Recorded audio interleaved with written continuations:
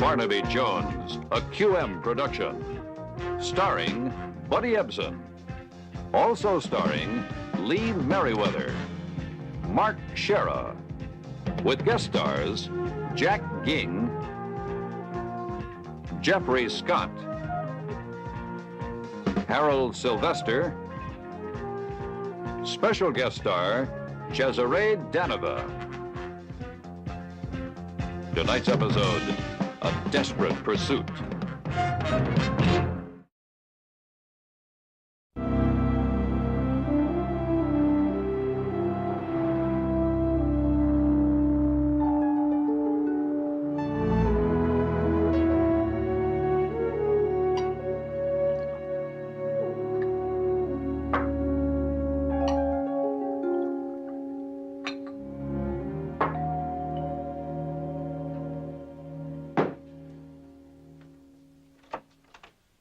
What the hell are you doing Mr. here? Ferrari. It's 9 o'clock in the morning. Please, I've got to talk to you. You know where my office is. Make an appointment.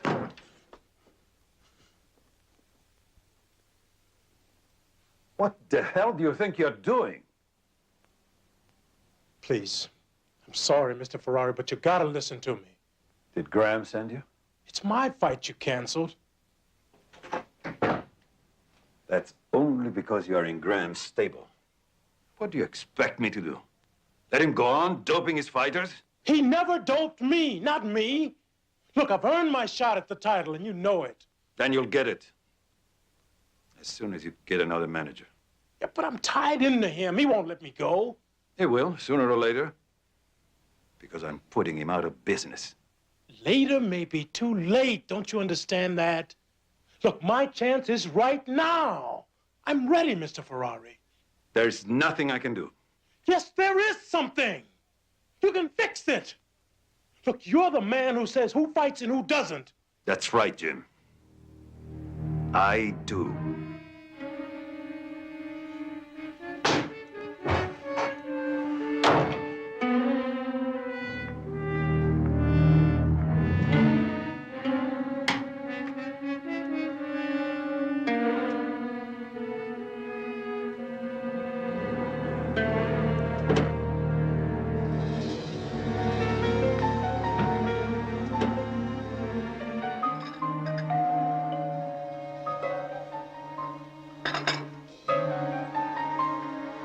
Now, look!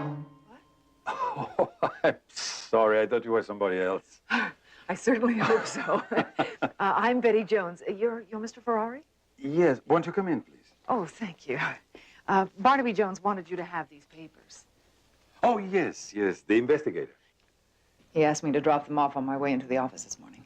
California Meridian Insurance? Oh, yes, that's Barnaby's report on the validity of your claim against losses that you incurred when a boxing match was canceled. Oh, not just a boxing match. Shot at the title. Cost a bundle.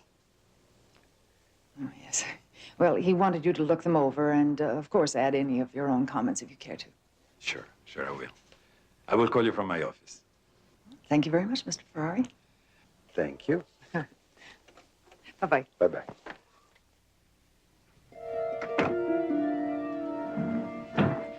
Excuse me.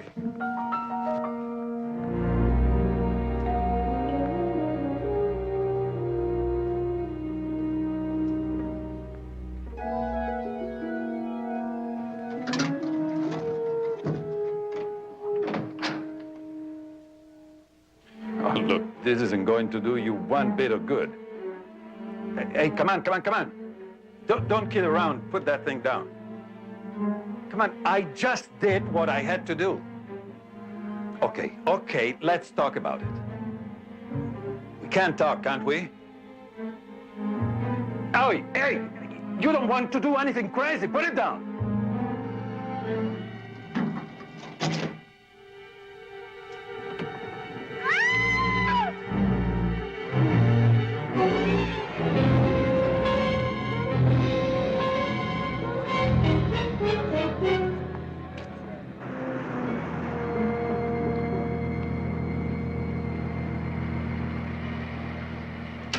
Yes, Betty just came in. I'll put her right to work on the paperwork.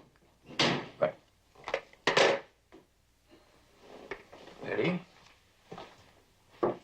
Something wrong? It's horrible, Barnaby. Just horrible. You look like you better sit down. It's Vince Ferrari. He's dead. Vince Ferrari? I almost saw it happen. How? He fell from his penthouse terrace to the street below. I had just been talking to him. I can't believe it. It all happened so fast. I gave him your report, and then by the time I got back down to the street... Did he give you any indication that he was disturbed? That he might do himself harm? You mean suicide? Oh, no. No. He didn't seem like a man contemplating that. When he came to the door, he was furious. He said he expected someone else. Who? I don't know. Barnaby, there was a man. When I was leaving, he burst out of the elevator, bumped right into me, and then headed for Ferrari's apartment. He had to have been there when it happened. I take it you haven't mentioned this to the police yet? No.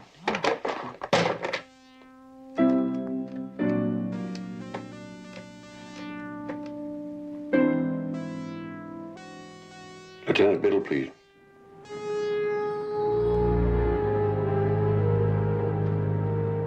No, I did not kill Vince Ferrari. I didn't know he was dead until you told me. We got a phone call. You were seen in the building. Well, I never said I wasn't there. He invited you over? Oh, sure. I always have breakfast with the state boxing czar. I mean, we get together all the time, you know? Hey, look, man, I had to barge in on him. That's the only way I could see him. You had to change his mind about canceling your fight. Alan wanted me to try. Alan Graham?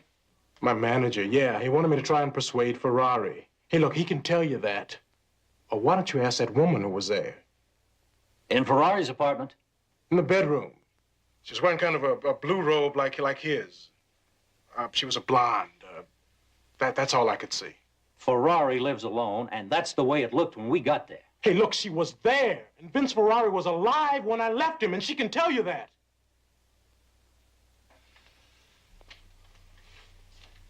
Hey, Lieutenant, what's the word? Murder or suicide? Nothing I can talk about yet, Oh, Tom. come on, Lieutenant, give us a break, will you? We know you got something on the front burner. Later, Tom, later. Later, Tom, later, huh? He's not the one, John. The man I saw was Caucasian and much older. It's too bad. It would have made my job a lot easier. Would have put Howler on the scene at just the right time. What about suicide? No reason. But the way Ferrari put Howler's career in a holding pattern, boy, that sure would be a motive for murder. I'm sorry I couldn't have been of more help. Listen, thanks for coming by, Betty.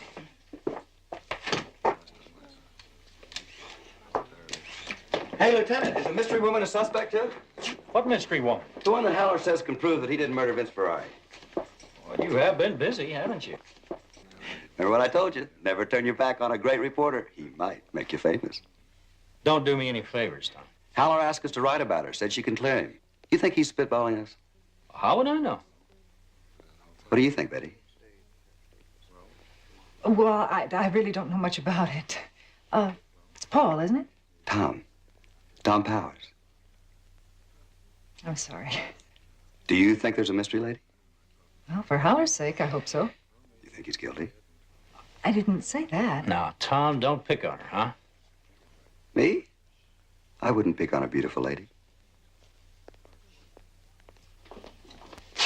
What's happening, John? Harry, what brings you in off the golf course? I'm doing a column on your chief. Thought maybe I could catch you for lunch. Sure. Betty, is Barnaby going to be on the case? Oh, well, no, not really. Could I ask you why you were watching the interrogation?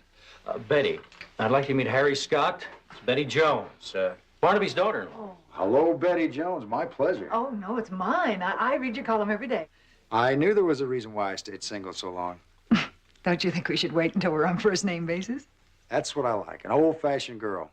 I'll bet you're even going to insist that John come along, chaperone us at lunch.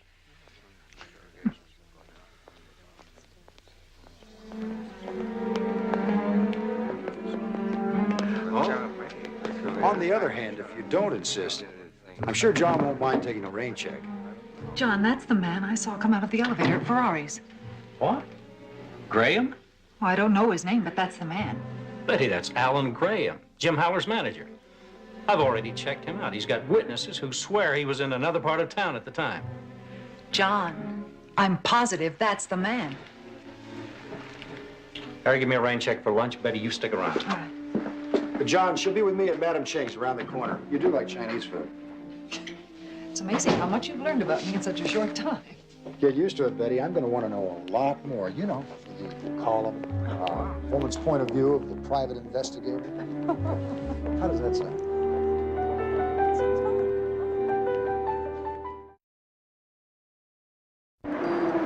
How you doing, Charlie? Hi, Betty. Hi.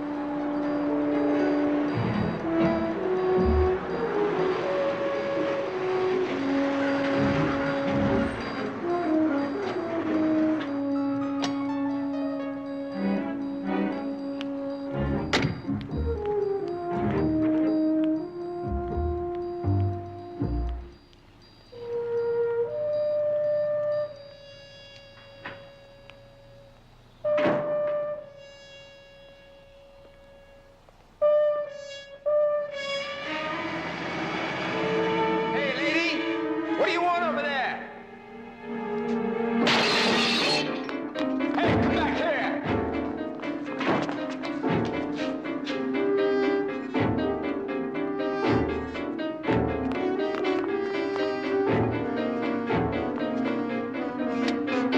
You know, Barnaby, I don't know what Betty sees in this Harry Scott guy anyway. I mean, what has he got? He's got success, he's got money, good looks, savoir-faire.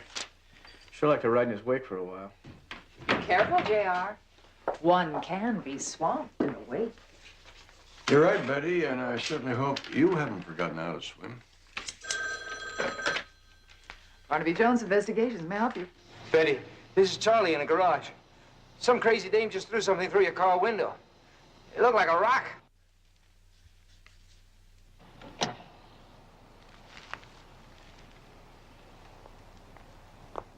I didn't recognize her. I couldn't see her very well. She was wearing a light-colored coat and a scarf around her neck. Oh, look at this.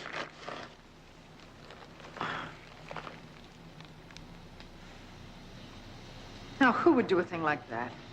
Someone who didn't want Alan Graham convicted of murder, I would say. But a woman? What woman? Lieutenant Biddle didn't mention any. No, but Jim Haller did. He said there was a woman in Ferrari's bedroom. Accessory? Yeah, why not? Why not have somebody there who could make sure that he could get in? Charlie, the woman, can you remember the color of her hair? She was sort of light. Yeah, light. Blonde, I guess. Jim Haller said the woman in Ferrari's apartment was a blonde.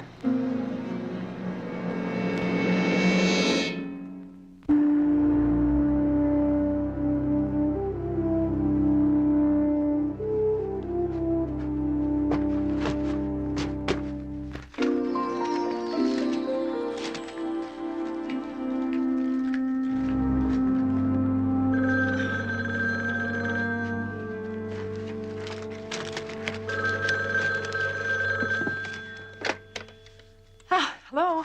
Hello, Betty. I just finished talking with Lieutenant Biddle. Ah, well, what did he have to say about our rock-throwing friend?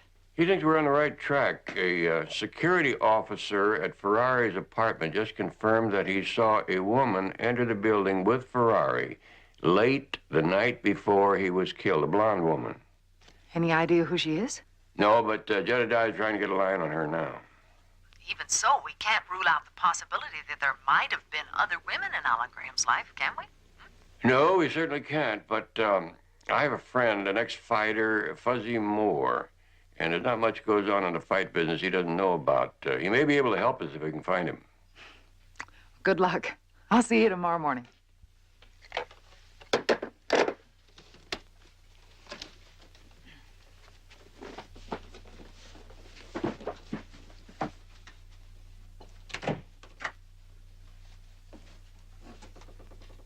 Jedediah, any luck yet?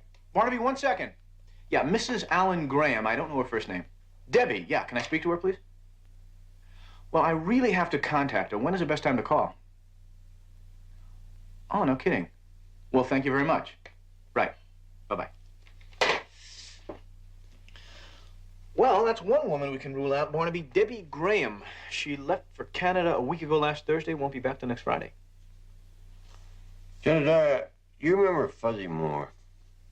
Fuzzy... Oh, yeah, you got him off on a burglary rap, didn't you? Yes, I'm hoping he remembers that. I'm also hoping that old fighters never die. They just hang around fight gyms and gossip. How can he help us? If Alan Graham did any fooling around, Fuzzy would know about it. You want me to try and find him? I think we both better.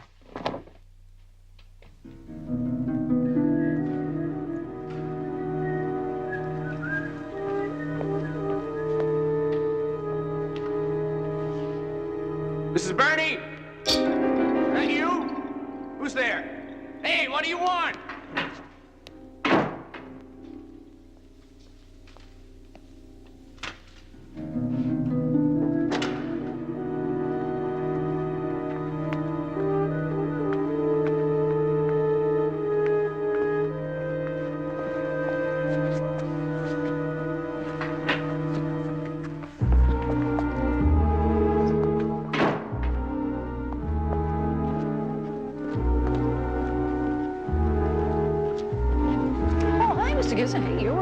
Oh, I thought I'd start putting the pool furniture away at night. It's beginning to weather a little.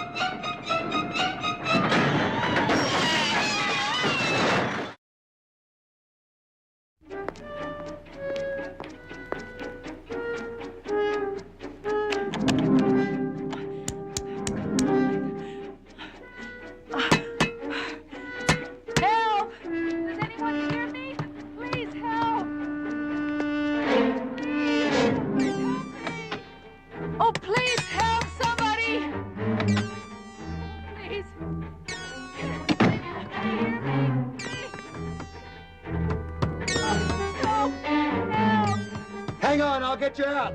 Oh, yes, please hurry.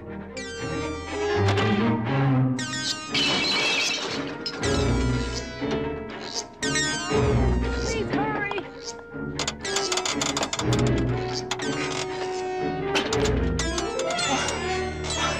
All right. Give me a hand. Okay, come on. Oh, come on. Hey, come on. Okay. Oh, thank you. It's all right. Thank you. Are you all right? Oh, yes, my ankle, but that's What happened? The darn thing get stuck I again? don't know, it just fell. I mean, just all of a sudden dropped. Oh, my God, that's never happened before. You sure you didn't hurt yourself? No, it's nothing serious. I tell you, though, I would have been in a basket case if it hadn't been for this night. Oh, for heaven's sakes. Tom Powers. Yes, Tom, of course. Well, what are you doing here? Would you believe that I was coming here to see you? Look, are you going to be all right? I better go see what caused this. Yes, go. I'll take care of it. Thanks. Betty, I'm really sorry this happened. It's all right. Here, we need to get you off your feet. I live on the 4th floor. Can you negotiate the stairs if I help you? I'll try. Come on.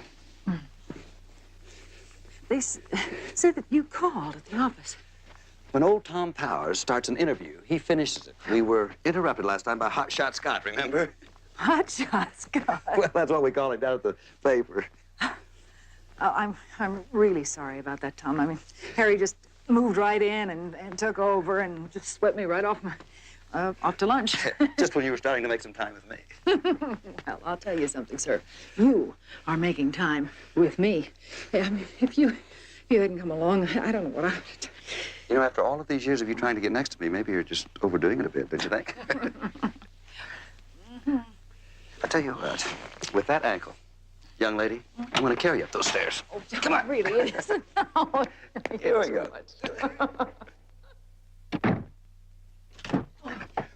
Oh. I tell you what we're going to do with that ankle. We're going to put it in a bucket of cold water so that it won't swell anymore. Wow. Have you got a bucket? Yes. In the closet. Okay. Tom, what's that? Well, it looks like a letter. Here you go.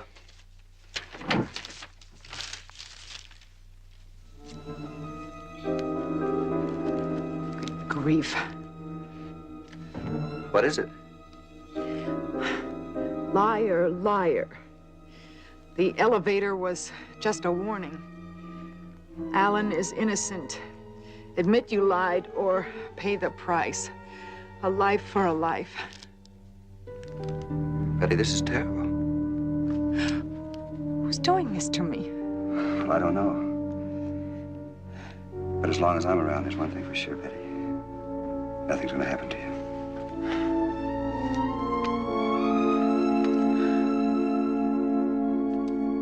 Everything matches. The handwriting, the ink, the description of the woman the apartment manager saw. The elevator was just a warning? Some warning. Elevators nowadays are equipped with safety friction brakes. I think she must have counted on that. I'm just glad they worked. Betty, you know this woman is demanding you perjure yourself at the pre-trial hearing today. Oh, I know it, but I'm not going to do it. I mean, how can I say that I didn't see Alan Graham when I did? Of course not, but I've asked John to give you police protection until this thing is over. And I think you better just hang around here until it's time for you to go to the hearing. You know, I think I'm going to try and see Ferrari's ex-wife. Maybe she can tell us something about our mystery woman. It would be nice to find her as soon as possible. I'm not too thrilled about being her pen pal. Yeah, I'll keep in touch. I think I'll do a little more nosing around the fight, Jim. See if I can get a line on Fuzzy Moore. Nobody seems to know where he lives. Let's go.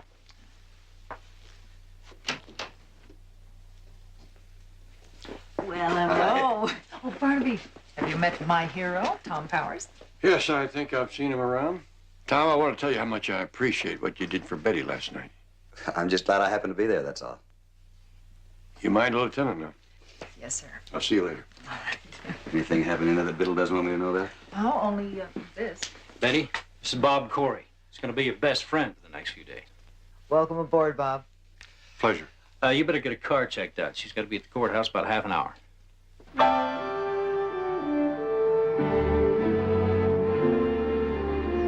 Well, timing, I guess. Bad timing. That's the story of my career. I mean, it's like the difference between working in the pits and having a byline, or maybe even a column of my own, like Hot Shot Scott. Hot shot, Scott. I'm serious, Betty. I mean, like this thing with you and the mystery woman. I mean, like, if I could be there when they find her, if I could break the story, it could really help me. Well, I'll certainly tell you everything I know. That would be fantastic. As long as you don't mind me tagging along. I wouldn't want to monopolize your time. I mean, having a man around is not such a bad idea, under the circumstances, don't you think? Well, that's very sweet of you, Tom. Betty Jones? Oh, yes. Are they ready for me? I'm afraid they're not going to call you today. Judge Swayze's recessing. Sorry. Well, that means I've got to come back tomorrow. This is worse than waiting in the doctor's office. Never fear. Thomas Powers will always be here. Well, guess I better get home and get this ankle into some water. Got to be on my feet this evening. This evening? Mm-hmm. Your friend Hotshot Scott has found a new Chinese restaurant that I just must try. I'll see you home. Oh, well, now that's silly, Tom. I mean, how would you get back? I don't have to, Betty. You know the vacancy on the second floor of your apartment building? My stuff was moved in this afternoon.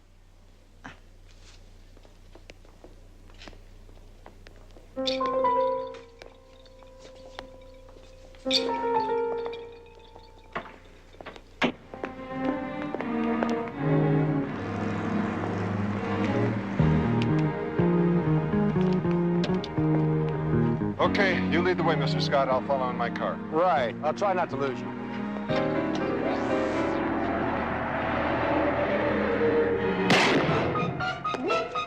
Stay down, baby. Get out. Stay down. Please, get some help. Call the paramedics.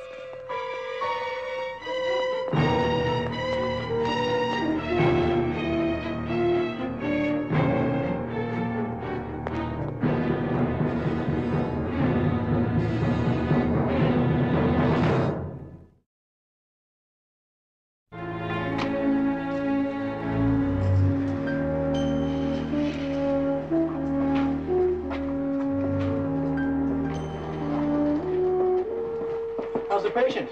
Doctor says he's getting along fine. Should be going home in a couple of days. After all, it's just a shoulder wound. Just? Betty, you know it wasn't your fault. Barnaby, that bullet was meant for me. I should never have put Harry in danger by going out with him. From what I hear, he doesn't give a girl much chance to say no. All right, look, cheer up, folks. Even though Ferrari's ex-wife wouldn't talk to me, Fuzzy Moore called. Now, he heard you were looking for him, Barnaby, and even as we speak, he's waiting for us in a bar. Betty, we only have 15 minutes to get to the courthouse now. I know. Hurry up and wait. You know, I don't believe the way that guy has begun to take this hero business seriously. I think Betty's going to have to tell him to get lost. Yeah, but Betty likes him. Betty likes him? Jedediah, gallantry, attention, thoughtfulness sometimes go a lot further than buying a girl an expensive dinner. It's much cheaper, too. Come on, let's go see what Fuzzy has to say.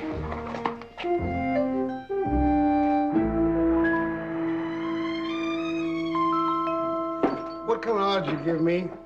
Tony Galindo would flatten Muhammad Ali in the first round. 1,000 to 1, give or take. I'll give you the same odds, Barnaby. There ain't no broad helped Alan Graham kill Vince Ferrari. Fuzzy, there was a woman there. Sure there was. But compare Ferrari with Graham, why, that's like putting the heavyweight champ of the world in with a bantamweight. And that ain't no contest. I mean, if Brad ever made a pass at Graham, he'd run for cover. He was so hung up on his old lady. Some showbiz broad he met a couple of years ago. You know, that's the only thing he was ever straight about. And Ferrari's a heavyweight. That's the reason his old lady left him. What kind of a chick name now? Shelley Donan. Now, Shelley's married, too, and that's the problem. The old guy found out about it, her old man, and really worked her over. That's him tending bar with her. Fuzzy, what we have to know is who was the woman in Ferrari's apartment? Shelley Donan. She was seen with Ferrari in a high-class Los Angeles restaurant last Tuesday night. The next day, Vince took his dive. Is Shelley a blonde? Blonde and beautiful. Oh, boy. What's the matter? Your story doesn't exactly support a theory we've been working on. I still think we should talk to Shelley. Fuzzy, can you arrange that? No problem. She works here as a waitress. Comes in at 5:30. You see, I've been looking for another apartment for some time, so when I saw that vacancy in your building, I just grabbed it. Well, it'll be nice having you for a neighbor, Tom. You betcha. We're gonna make a good team, you and me. You know, a woman living alone, well, she needs a man to look after her. Tom. And look, don't get me wrong. I mean, it's not just a one-way street, Betty. I mean, it's gonna be nice for me, too. Betty Jones, they want you on the stand. I thought we'd have a celebration tonight, a little housewarming, if it's a good time for you. Tom, really? Miss Jones, you're waiting. All right.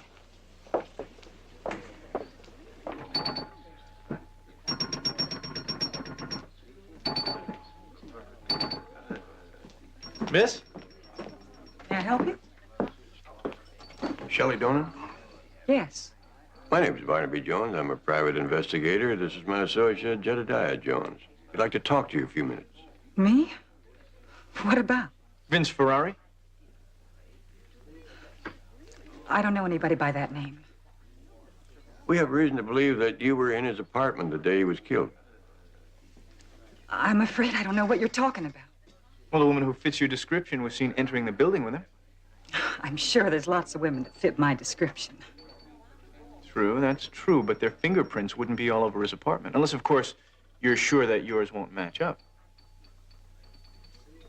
Please. Not here. I can't talk here. Then you were there. Yes. I can explain everything, but please, not here. These dudes hassling you, Shelley? No. No, it's nothing. What's going on here? We're talking to a waitress. Can't we talk to a waitress? Depends on what they're talking about. Supposing you tell me. Supposing I tell you, Mr. Donor. I'm afraid we're going to have to ask your wife to come downtown with us and answer a few questions. Questions? We have reason to believe she may be a material witness to a murder. Or even the murderer herself.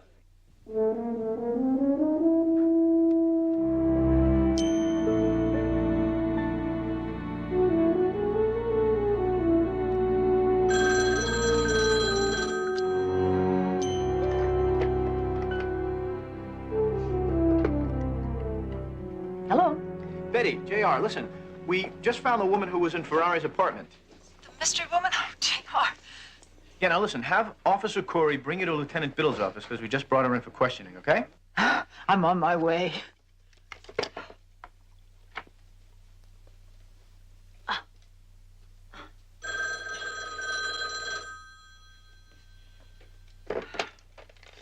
Hello? Hi, Bets.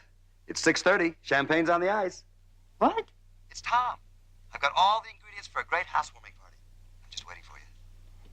Tom, I'm sorry. I forgot. I can't come. Oh, come on, Betty. You promised.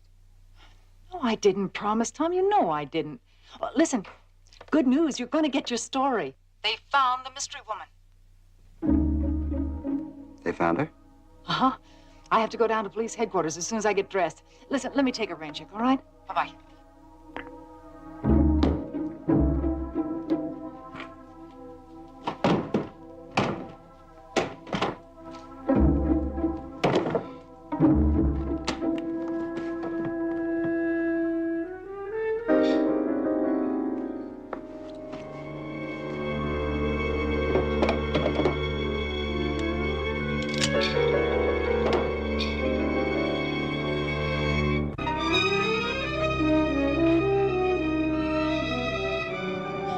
Alan Graham never knew you saw him push Vince Ferrari off the balcony? No.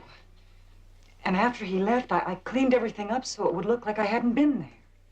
Miss Donan, did you ever threaten Betty Jones for identifying Graham? Why would I do that? As long as they had the right man in jail, I didn't have to say anything. I was afraid my husband would find out and beat me again. Or worse. Barnaby, I have a feeling Betty thinks she's off the hook. Better tell her she's not.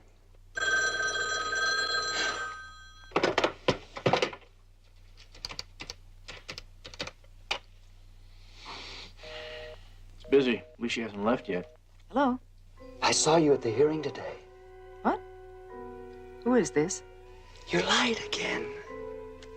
This time you are going to die. Who is it? Why are you doing this? You can't escape. I'm here. Just across the street. The woman. She's across the street in the phone booth.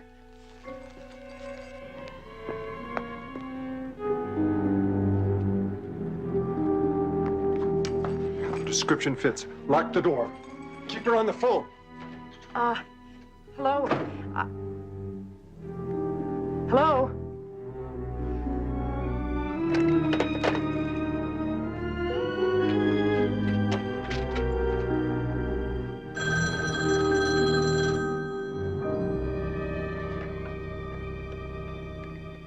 Hello?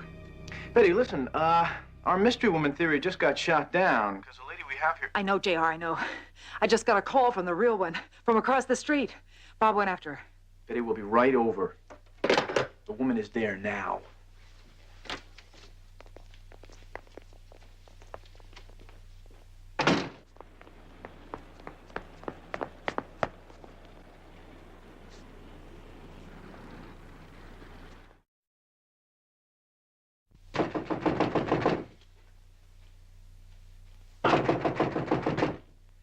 Betty! Betty, it's Tom. Are you in there? I've been waiting for you. Come here, quick. Hey, you afraid I'm gonna get away? They have the wrong woman. She's out there now. She wants to kill me. Where's Corey? Outside, looking for her. We can't stay here because if Corey doesn't find her, this is the first place she's gonna come. Oh, you have a thought there. We'll go to my place. Oh, what about Corey? I'll come back and get him. Come on.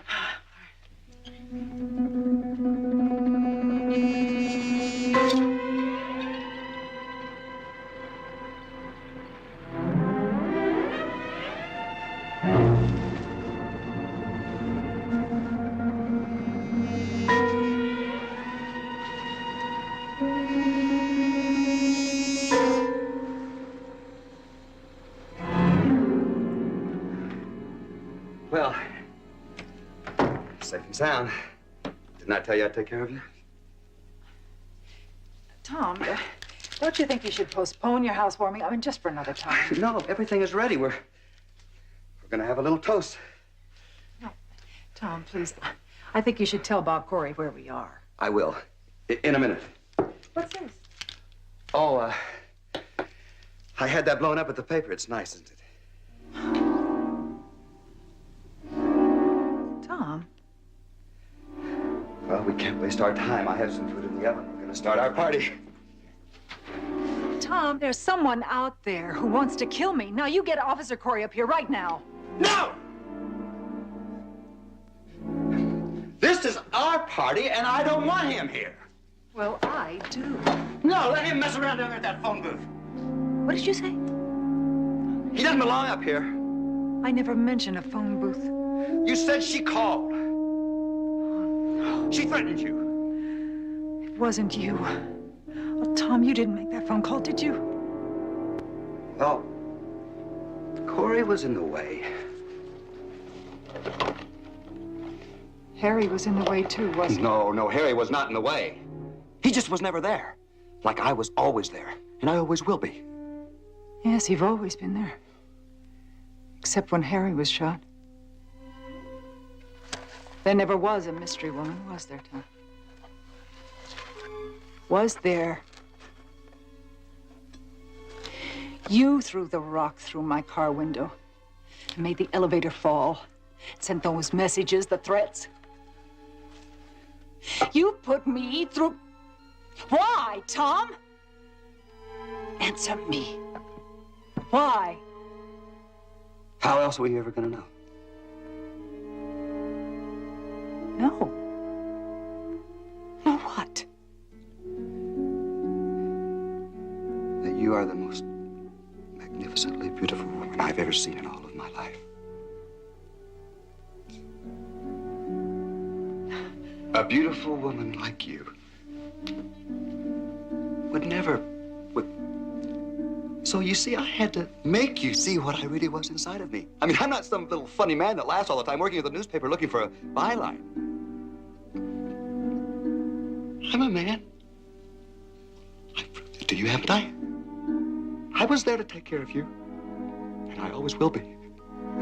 To comfort you when you're hurting, to protect you in danger. Tom, this isn't Camelot. You don't win a lady's hand by feats of daring. I mean, that went out ages ago. You love me. I know you do. It doesn't work that way. Well, it will work. I'll make it work. Now, you love me. Only in your mind. Don't you understand? It's a fantasy in your mind. Oh. No, listen. I'll blow your head off. Now, you sit down. You sit down there. This is our party. Our food's getting cold, and you like Chinese food, I know. At least with other men you do. Well, you're gonna like it with me. And you know what? It's gonna be a nice party. Because we have a lot to celebrate.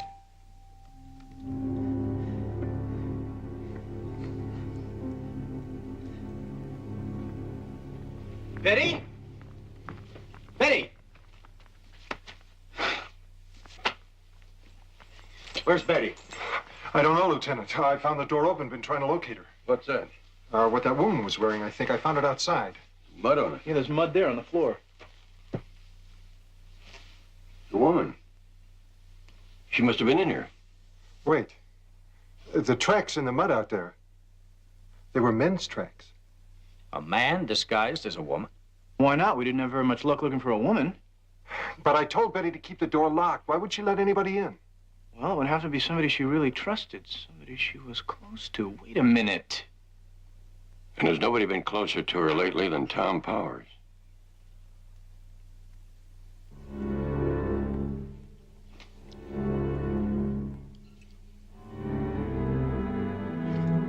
Better than Madame Cheng's any day, right? Right? Right.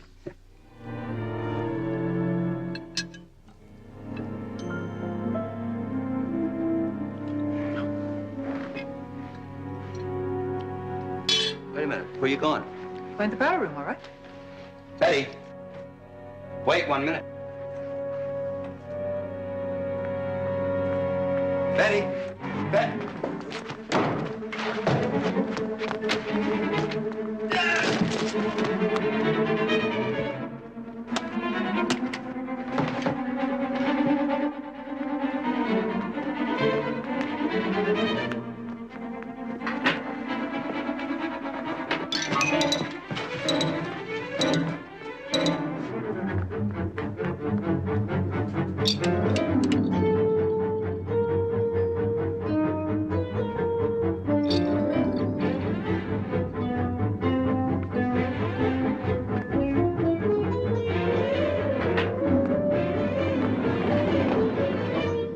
This way.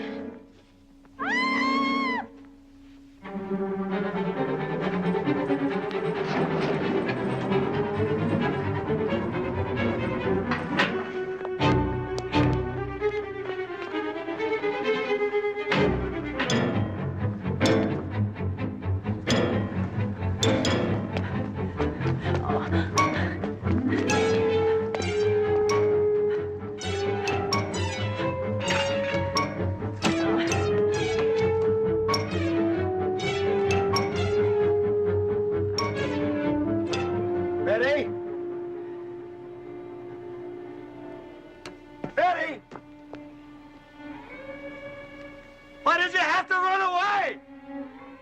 Don't you understand we could have been together for forever? Why couldn't you understand?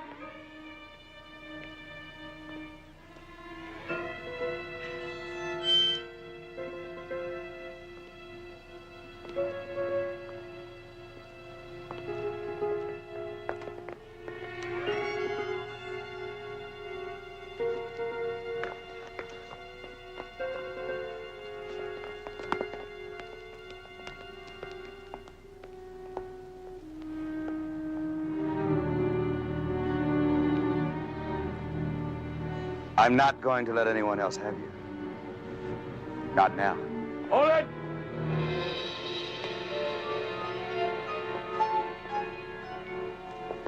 It's all over, Tom. Drop the gun.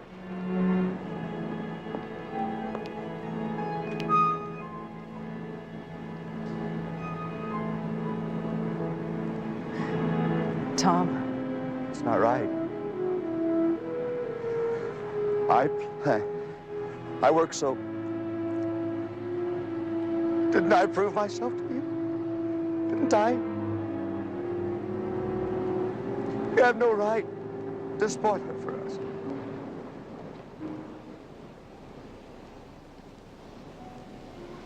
No right.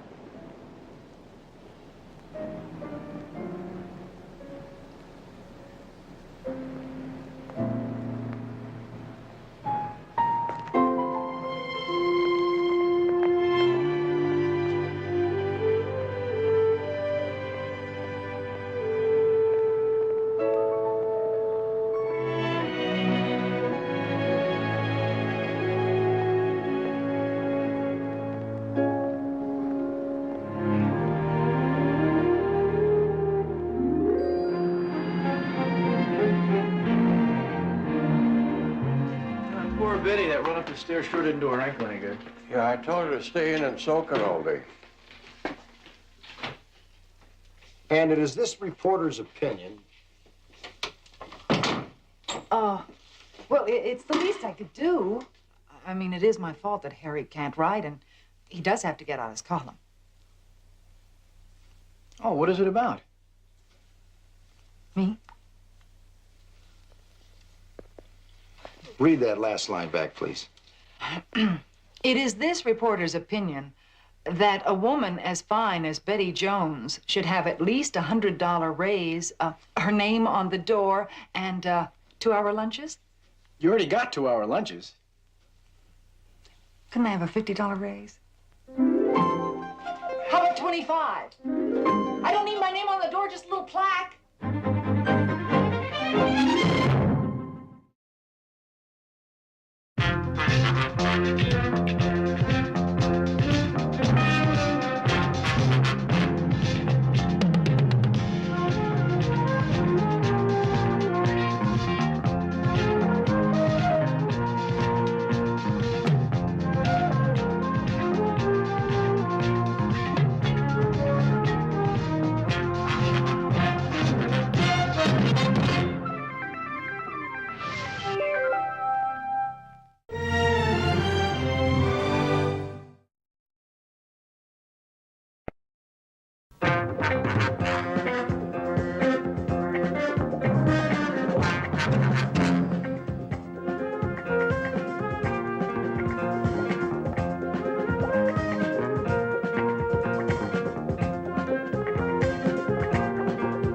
Barnaby Jones, a QM production, starring Buddy Ebsen.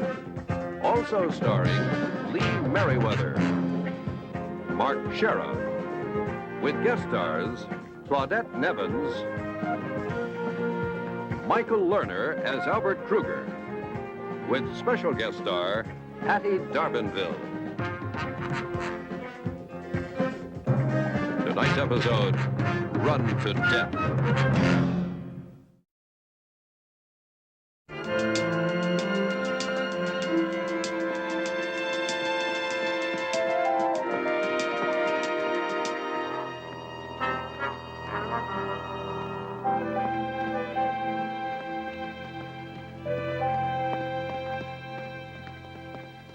Good morning, Larry.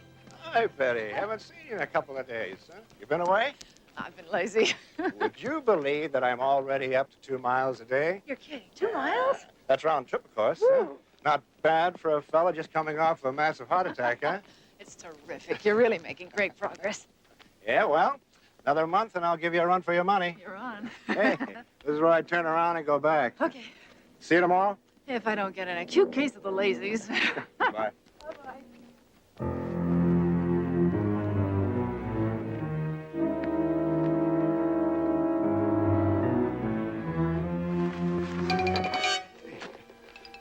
What do you want? Now, wait a minute. I don't have any money.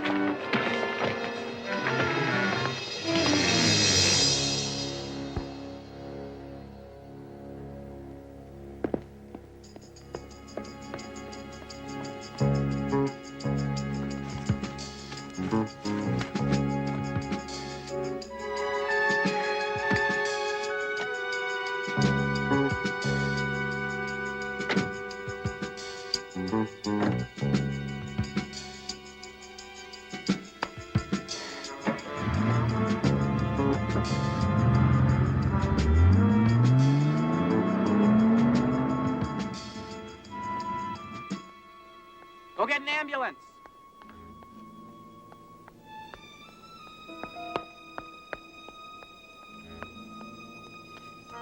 Oh, good Lord. I said go get an ambulance. That's Larry Collins. I think he's dead. Oh, no.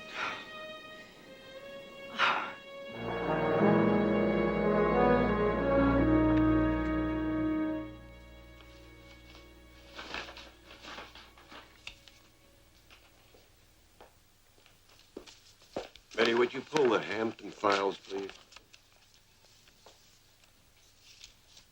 Betty? Lieutenant Bitt will be here any minute.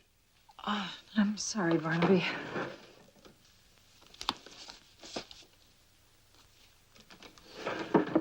Are you still fretting over the death of that theatrical agent friend of yours? Yes, I guess I am. I don't know, Barnaby. It just doesn't add up, in spite of what the police say. In spite of what the police say about what? Hello, John. Hi, Lieutenant. Hello, Lieutenant Biddle. We were just talking about Larry Collins. Oh, the fellow that went off the hill onto the rocks. Betty doesn't think he should have been on that hill in the first place. Well, Larry was just recovering from a serious heart attack. His doctor had placed him on a systematic recuperation program where you start out walking a half a block and then every day after that you extend it a little farther. Yesterday, he was up to 2 miles. And when I saw him, he'd already finished 1 mile and was heading back. And your problem is his body was found beyond that point. A good quarter of a mile, which would have been a half-mile round trip. And plus going up that steep hill. Now, I know that wasn't on his program. Betty, didn't you ever break your doctor's orders? Well, not for something as serious as this, and I can't believe that Larry would either. I mean, he was really proud of those 2 miles. Barnaby, we better get started for the marina. All set. Betty, you try to cheer up. I'll talk to you later. You don't believe that, do you? No, I don't, J.R. Neither do I. Well, listen, if you had heard what he said, I mean, the way he said it, you wouldn't... What'd you say? I think I ought to go with you, is what I said. Because it's obvious you're not going to rest until you go back to the park and check it out for yourself.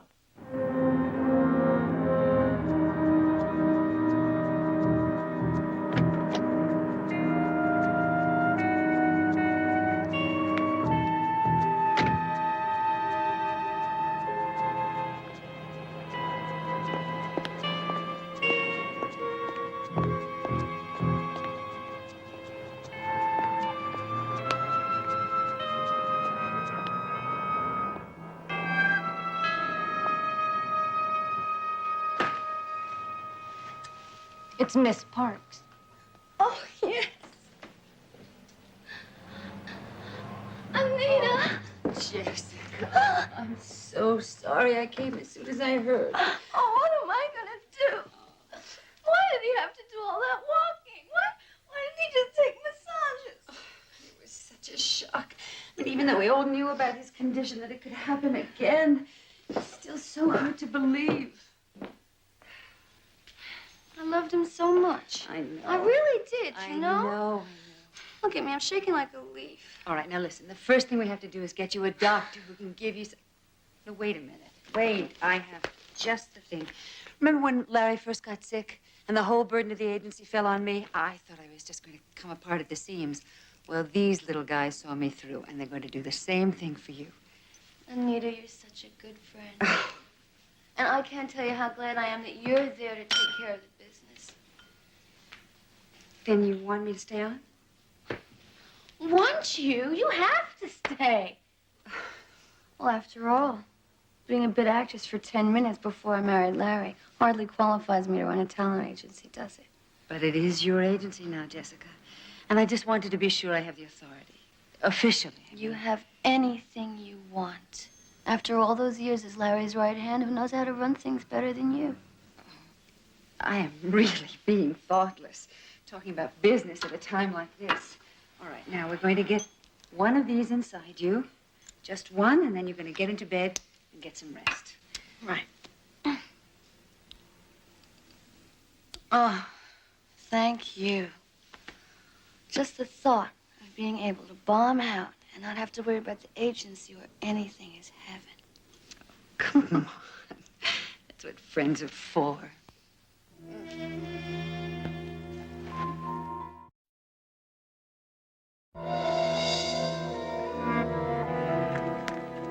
Well, there's only two reasons I can think of to come up here. One is because you want to, and the other is because somebody else wants you to. All I know is if I had a bad heart, I sure wouldn't want to. And that suggests force. Yeah? Yeah, well, there should be signs of a struggle here, shouldn't there? I'm afraid we're not going to find much of anything on this hard surface.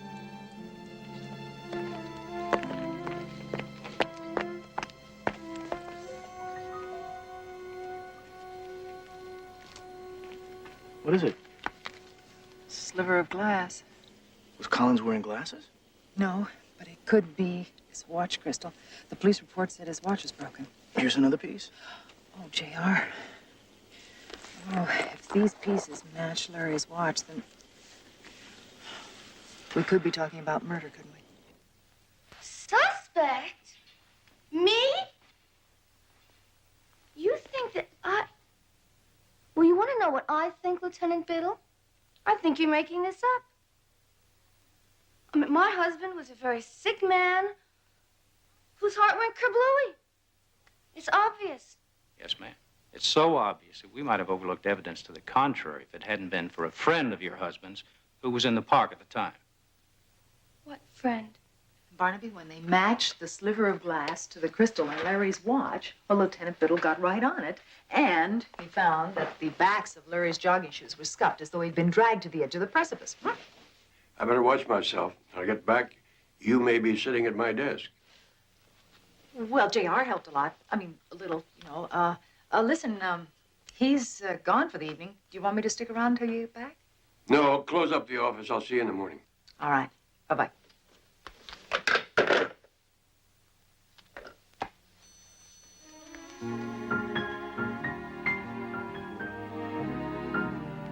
I'm looking for Betty Jones. Ah, I'm Betty Jones. May I help you? I'm Jessica Collins. Oh, you're Larry's wife. Uh-huh.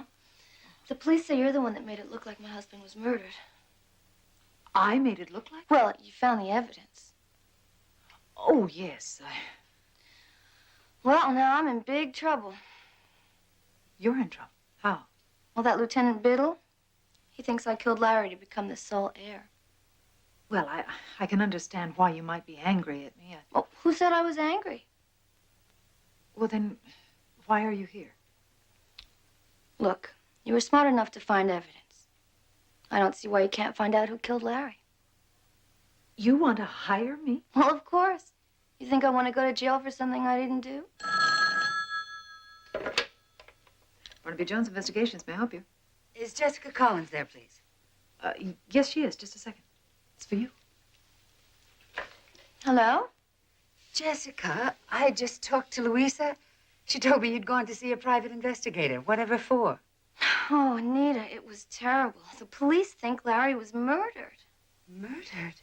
Yes, and they suspect me. Well, I'm just here. I hired Betty Jones to find out who really did it. What makes them think he was murdered? Look, Anita, can I call you back a little later? I'll fill you in, okay? Yes, sure. Why don't you call me at home a little later? Bye-bye.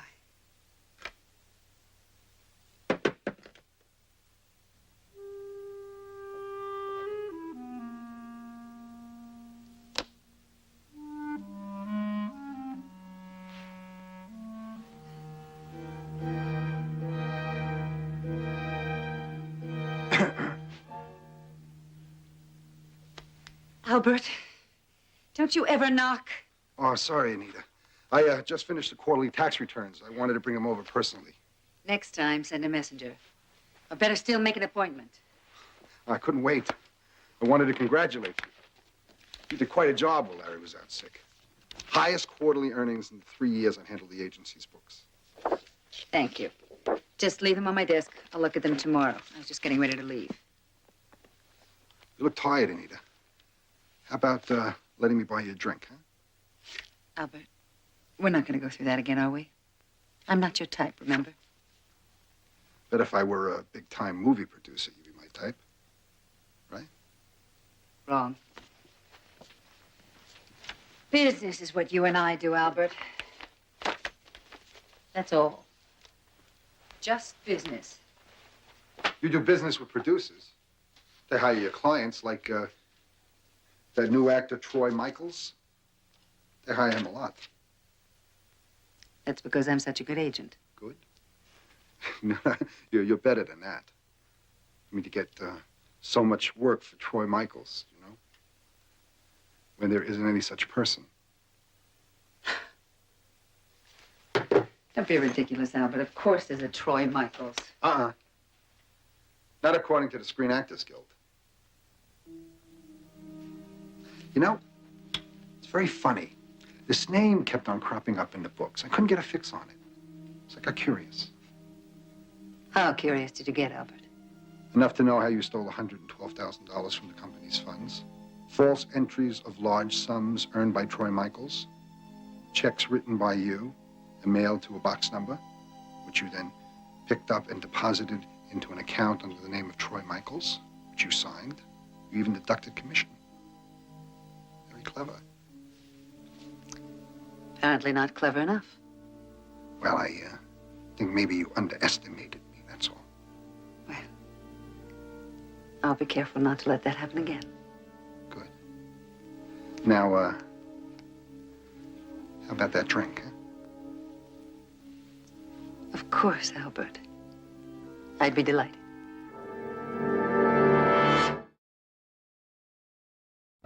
Betty Jones is here. Yes. Just go right in. Thank you. Hello, Betty. I'm Anita Parks. Would you like to sit down? Thank you. Thank you. I'm sorry. I'm afraid I'm not really myself today. First Larry's death, and now this suspicion of murder thing. Well, it's more than just a suspicion. Oh, really?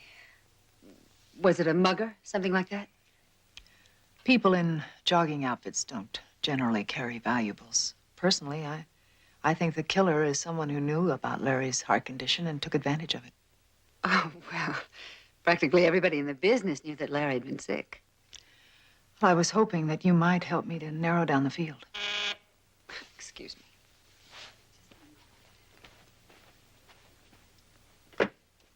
Yes, Nancy. Okay, put him on.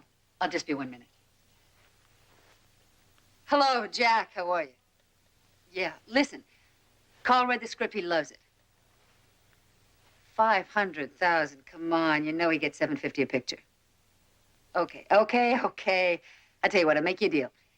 You buy Jerry Wilson for the part of Tony, and you can have Carl for $650. How's that? All right. You think about it. Give my love to Barbara. Right, ciao. I'm sorry. Life goes on. Where were we? We were looking for someone who wanted Larry Collins dead. I'm sorry, Betty. I wish I could help you. Anita, I realize your business is tough and competitive, and it's filled with large amounts of money and temperament and, I suppose, greed. Mm-hmm. But in my business, those can all be motives for murder. Oh, Betty, in mine, they're just the tools of the trade. We don't hold grudges. Tomorrow, the same people are making different deals. It all changes from one day to the next. But I realize the position you're in. After all, it was Jessica who hired you, so you really have to look elsewhere for your suspect. Elsewhere? I see, and you don't think I should? I'm sorry. I didn't mean that the way it sounded. Jessica and I are very, very close. I wouldn't want to do anything to hurt her. Yes, Nancy. Look, you tell Albert. Just tell him I'll call him back later. Thank you. Oh, taxes. What a bore. Was that Albert Kruger, the accountant? Yes. I have a luncheon appointment with him. Now, I must be going. Perhaps we can talk another time. Anytime. And if I think of anything that I think might be helpful, I'll get in touch with you. I would appreciate it. Sure.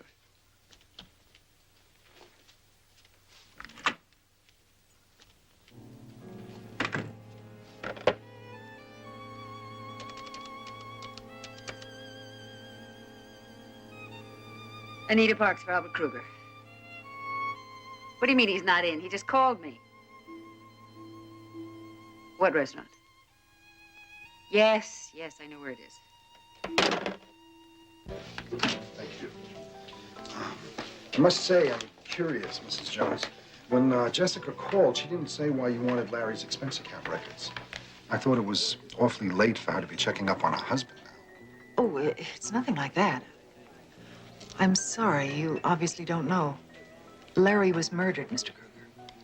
Murdered?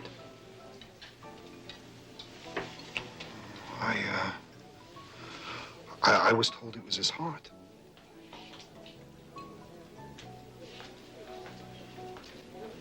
You know, you read about this all the time, but it's kind of spooky. You know, somebody so close to you is actually murdered. Do you have any idea who did it? Well, before we can find out who, we have to find out why. The problem now is motive. Can you think of any? Well, for heaven's sake, look who's here. Rita. I was just going to have lunch with a client of mine, and he had to cancel at the last minute. I'm all alone. You mind if I join you? Anita, Mrs. Jones has told me that Larry was murdered. I know. It's hard to believe. I was hoping that Mr. Kruger might be able to shed some light on the mystery. For example, if it was a monetary motive, wouldn't that show up in the books? I mean, have you noticed any unusual entries?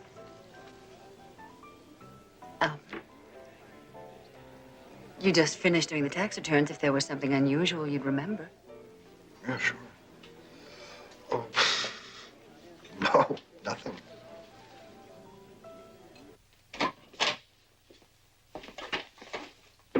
Hi. How did the Hampton case go? Oh, we should have it wrapped up in a couple of days. Did Collins' personal expense record tell you anything? Not really, but there is one item here. He leased a cabin for about 6 months last year. I called Jessica. She didn't know anything about it. Oh, you mean like Lover's Hideaway kind of thing, huh? Could be. He gave it up about the same time he married Jessica. Well, if he did have a roommate, it couldn't have been Jessica. He only met her a week before he married her. Well, now, how did you know that? Lieutenant Biddle brought it up. We saw him this morning. He also said that Jessica was about to be evicted from her apartment for non-payment of rent before she met Collins. And I don't have to ask you what Lieutenant Biddle read into that. He said that money might have been the motive for marriage then, and it could be the motive for murder now. Oh, I don't know. I really believe that she loved Larry. Did Anita Parks shed any light? You know, and I got the distinct impression that she agreed with Lieutenant Biddle about Jessica.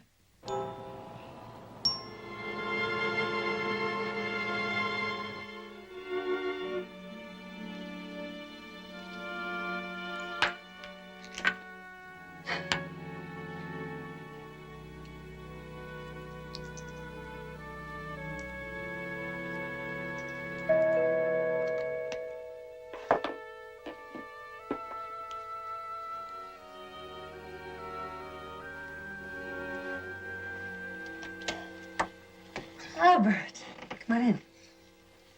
Oh, you look terrific, Anita. Thank you. Oh, how sweet. We'll have time for just one drink before dinner. Why don't you make yourself comfortable? I like the place. Lots of class. Now I can see what all that extra petty cash Larry took out of the company went for. Larry never spent a penny on this place. As a matter of fact, he never even saw it. Oh, yeah, I guess it would have been dangerous for him to come here. Dangerous? Sure. I mean, if a big movie star like Tracy Myers ever found out that Larry was having an affair with you, while at the same time he was publicly dating her, his top client. Albert, what are you? Agency historian? And then when he dumped her, and you thought you and Larry could come out of the closet, he ups and marries Jessica. That's right. Then he went to the hospital, and I got mine. But I deserved it. I think we should have that drink now. Larry's pulling through, really fooled everybody, huh? Scotch all right? Yeah. I mean, for a man who's supposed to die. His coming back to work probably surprised you more than anybody else. Water? I mean, there was no way you could hide stealing all that money from Larry. So, you had to kill him. And now you have it all. Jessica doesn't have to know anything that we don't want her to know. We? We should work together, Anita. There's no limit to what we can do. Partners, right? 50-50. In the agency, including the money you already took.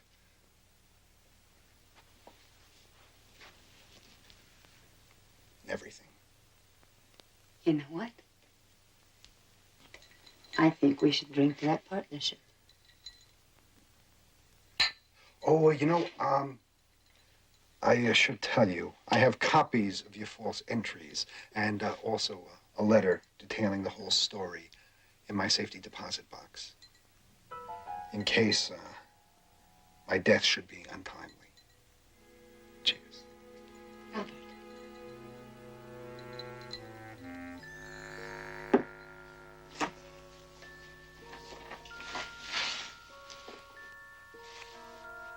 I like your style. Oh, how clumsy. Let me get a towel.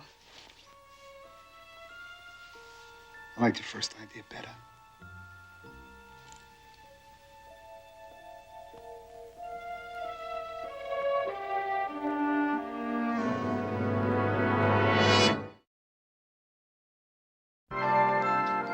As you see, it's very quiet here, Mrs. Jones. A perfect place for a rider. Well, it's certainly very attractive. Tell me, is cabin number 5, is that available? Oh, I just rented cabin number 5 yesterday. I'm sorry. I am too. Your place was recommended to me by a friend who said that that was the nicest cabin. It had the best view and everything. Oh. Well, we have other cabins just as nice. Perhaps you remember him, Larry Collins? Mr. Collins, of course, the Hollywood agent. Yes, yes. He said that this was quite a nice little hideaway. He used to come here all the time with, oh, dear, isn't that something? I can't remember her name. Oh, dear, it's right on the tip of my... Oh, maybe you remember. No, I don't believe I do. Isn't that something? You know a name so well. Oh, that's going to bug me all day. Please, can't you help me? No, I can't. Mrs. Jones, if you were to spend time here in the company of a man, would you want me to tell his name to the first person who asked? I see I'm going to have to level with you. I'm not a writer. I work for Barnaby Jones Investigations. We're looking into the murder of Larry Collins. Murder? Mr. Collins? Yes. And it's very important that we learn the name of the woman who spent time with him here. Well, that's a terrible thing. But it's still against our policy. Well, that's a pity. I was hoping to save you all the embarrassment of having the police here. Police? Well, yes, it is a murder investigation. Unless I can resolve the matter here and now, well, the police will come up here, seal up cabin number 5, ask you all sorts of embarrassing questions. Anita. Her name was Anita. Anita Parks? I never knew her last name, but she was the only one he ever brought. A tall woman, attractive, brown hair? Yes, but she was a redhead. A redhead? You're sure? I'm positive. All right, thank you very much. You're welcome, I'm sure, Mrs. Jones.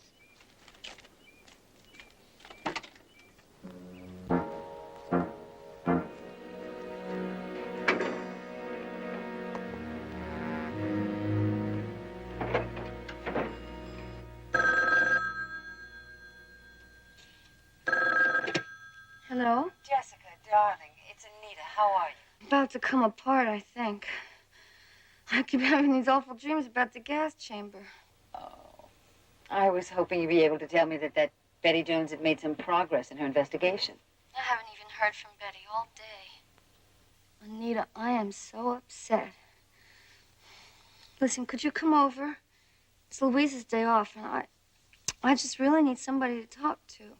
I can't right now, darling. I'm all tied up. Aren't you taking those pills I gave you?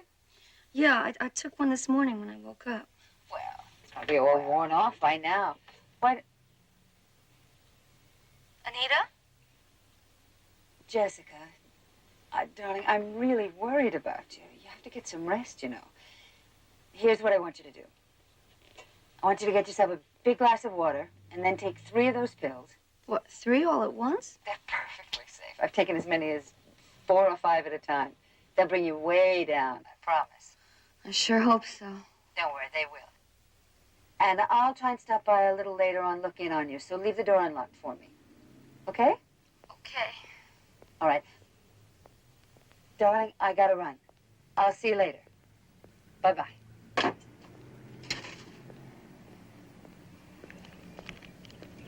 Albert! Nita, what are you doing here? I was just on my way up to your office to see you. I have something for you. Partner, Where is it? open it up.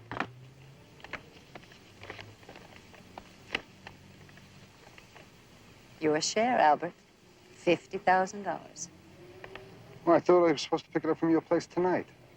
Well, when I took it out of the safe deposit box, I started getting nervous. I didn't want to be walking around with all that cash on me. Yeah, well, neither do I. Well, I've heard you have a safety deposit box, too. Look, Anita, I have an appointment. Well, you'll be a little late. Yeah, well, I'm late already.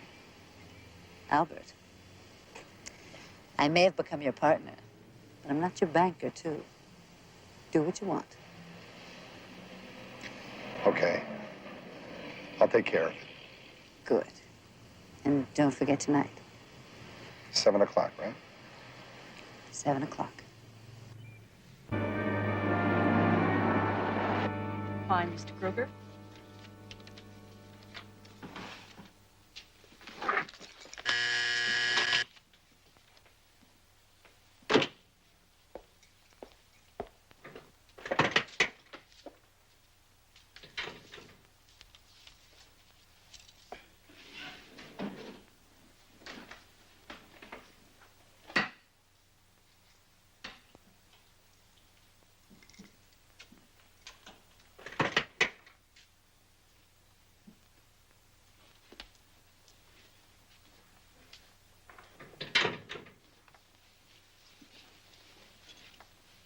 Oh, thank you. Oh, back so soon.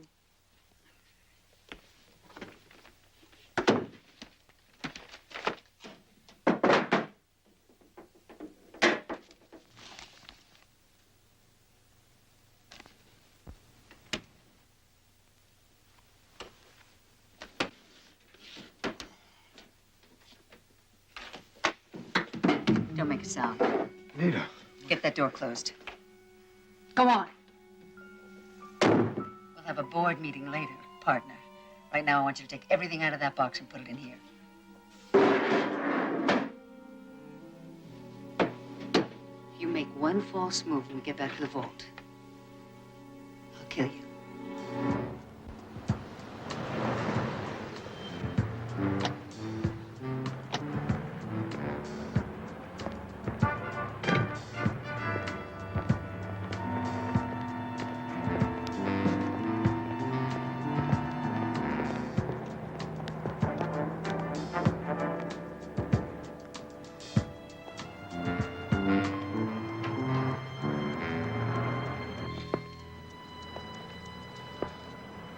Nita, what's going on? Jessica? Jessica? What are we doing here? Don't you ever listen, Albert? I told you.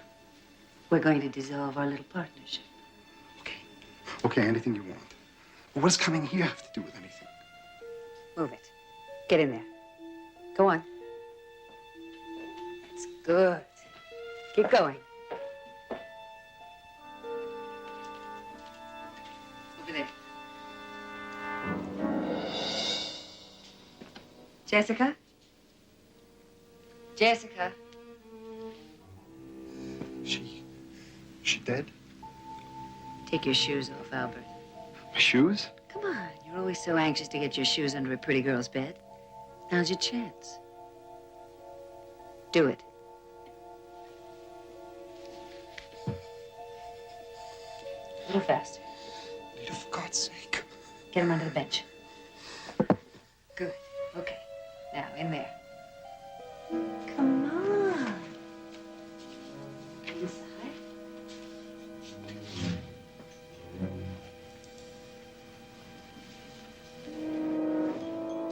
Now the rest of you. Coat, shirt, pants, everything. Anita, look, I won't bother you anymore. I'll go away, all right? You'll never see me again. I promise. I do. Come on, come on, come on. I promise. All right?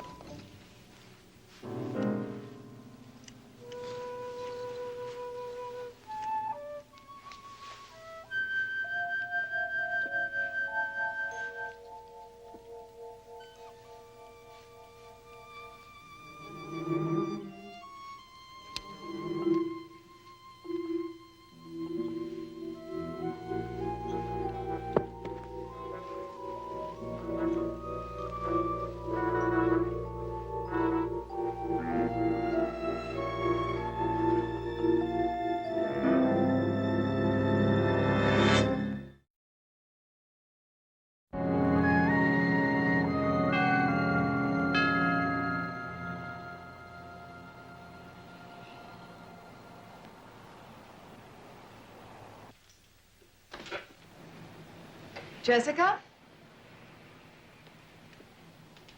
Jessica? Jessica, are you here? I'm in here. Is that you, Anita? Oh, hi. Jessica, are you all right? I've been calling all afternoon. I took some pills. Boy, it really bummed me out that time. I let the phone ring off the walls. That must have been some sleeping pill. 3. 3? Did your doctor say that's all right? No, Anita gave them to me. She told me she's taking 4 or 5 of them at a time. Anita. Jessica, was Anita ever a redhead? Yeah. She went brown about 6 months ago, I think. He asked me if she was cute or red. You may not want to hear this, but I have to ask the question. Did you know that Larry dated Anita before he married you? Oh, wait a minute. Are you trying to tell me that Anita had something to do with Larry's death? No, I'm not saying that.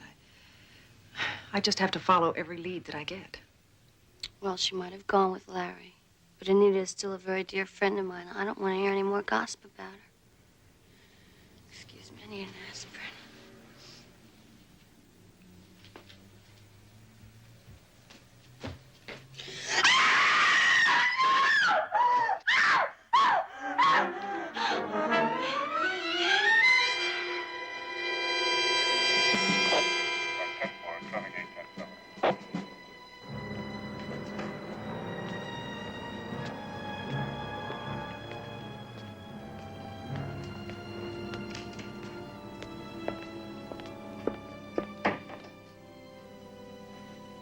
I'm sorry, Mrs. Collins. They'll have to take you downtown now. Oh, Betty. It's all right.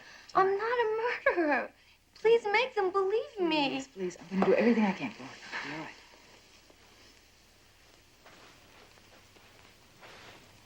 Did you find out anything I ought to know? Nothing that will help you convict her. Well, I've got all the evidence I need right here, I think. I'll call you when I get the lab report.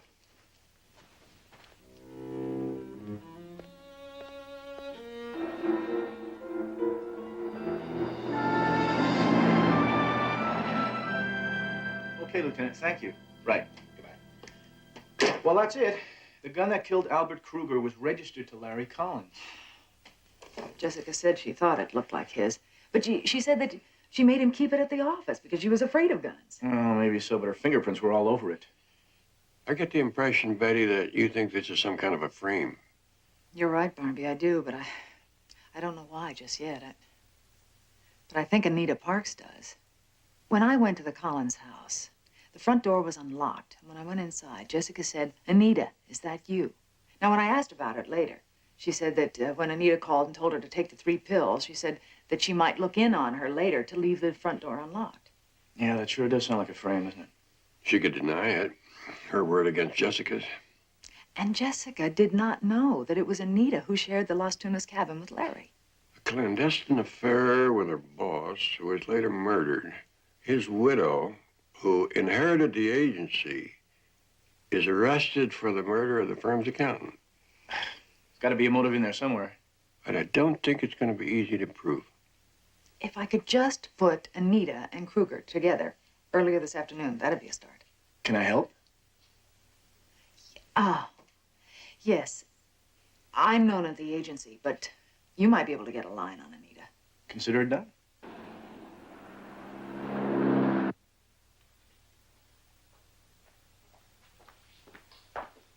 Betty, hi. I got here as soon as I could. What's up? Oh, hi, JR. I'm renting a safe deposit box. What? Well, I think we're on to something.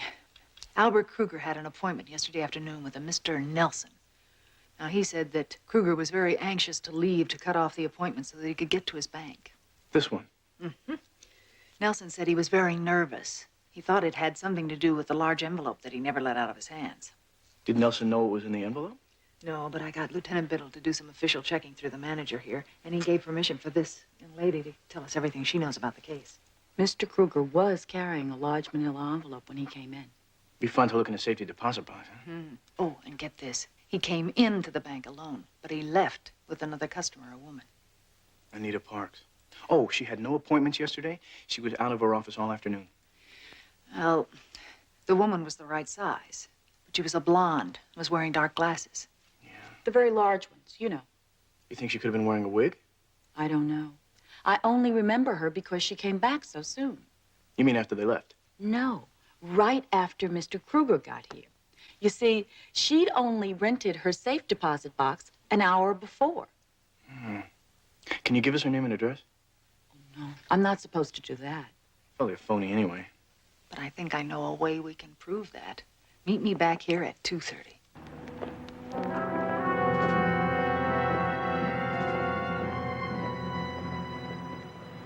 And I've got you the very best defense attorney in the state. Oh, Anita, what would I do without you? Come on, just try not to worry, okay? Oh, listen, would you have the lawyer talk to Betty Jones?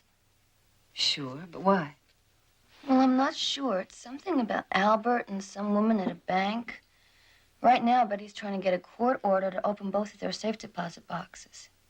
Oh, sounds very mysterious. Listen, darling, I really have to run. I'll be in touch with you just as soon as I can. Thank you, Anita.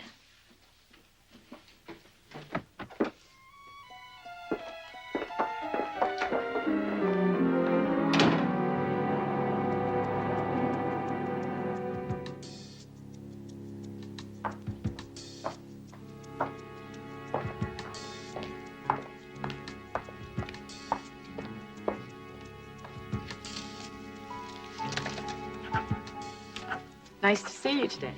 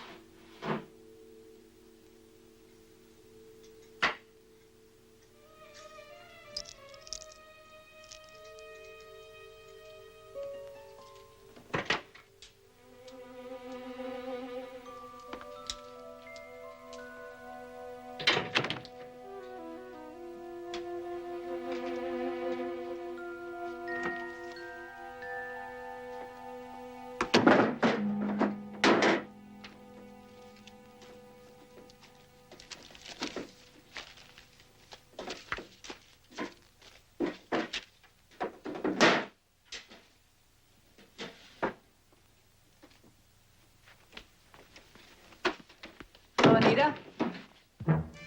I'm sure the police would like to see what's in your bag. Get out of my way.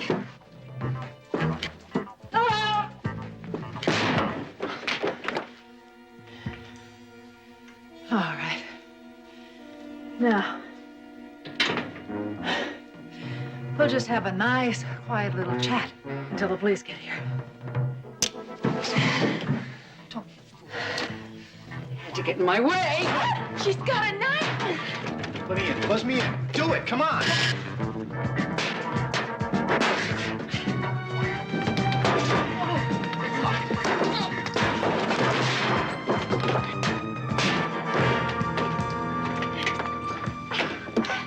Okay. Are you all right?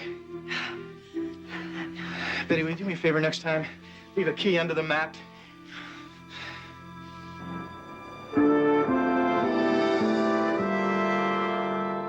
So, after they found the powder-burned towel in Anita's car, there was nothing left for her to do but confess. Particularly in the face of the evidence that she was keeping in her safe deposit box. Yeah, Kruger's letter was sure out of it. Well, what are your plans for the rest of your life, or hadn't you thought about that yet? I've had nothing but time to think about it where I've been. Are you going to run the agency yourself? Oh, no. I'm going to sell it. And since I'm not scared of much of anything anymore, I don't see why I shouldn't resume my acting career. Considering the scene you played with Anita, you should do very well. Yeah, well, listen, if you ever, you know, like, need a leading man, well, here you go. How's it? You got a deal. JR, until that time, in the lingo of showbiz, don't call us. We'll call you.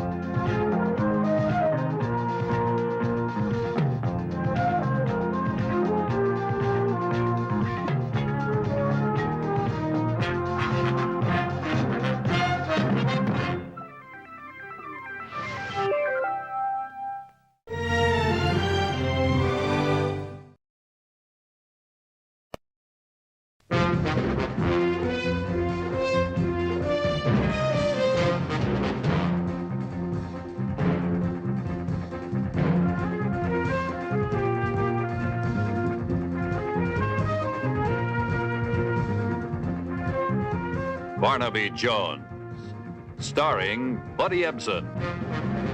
Also starring Lee Merriweather, with guest stars George Maharis, Albert Salmi, James Luisi, special guest star Madeline Rue. Tonight's episode, The Deadly Prize.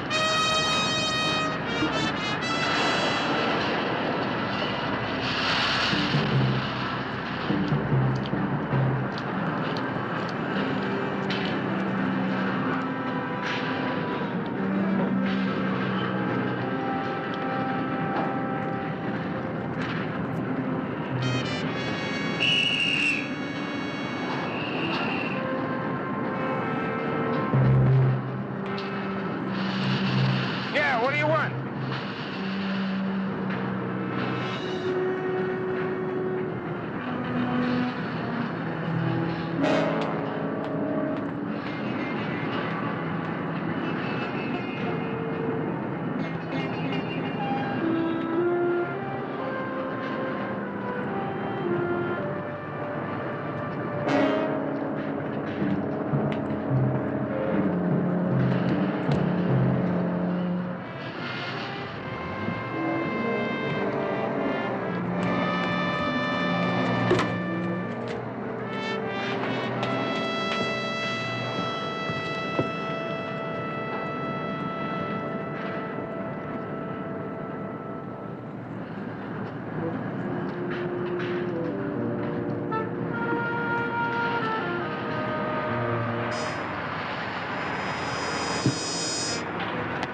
Anything to declare? Nope.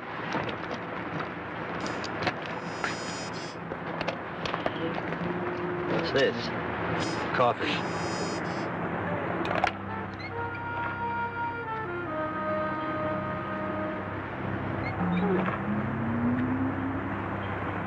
Coffee it is. Have a nice day ashore, Mr. Hollister.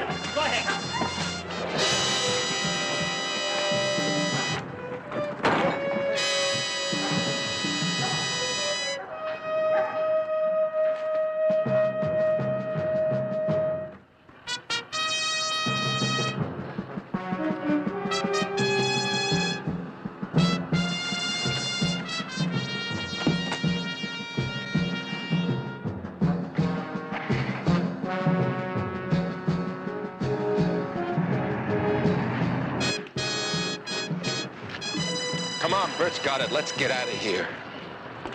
Relax, will you? We know where to find him. Come on, Bert's leaving. Let's go. Relax, what's a rush? That was awful. There should have been another way. We didn't have any choice. Hollister made the first move when he tried to deal behind our backs. Still, it doesn't seem right. We were friends. Yeah, that's right. We were friends until he tried to steal the $600,000 for himself. Don't worry about it. You know, we ought to be thankful to Bert. He found a way to do it quickly.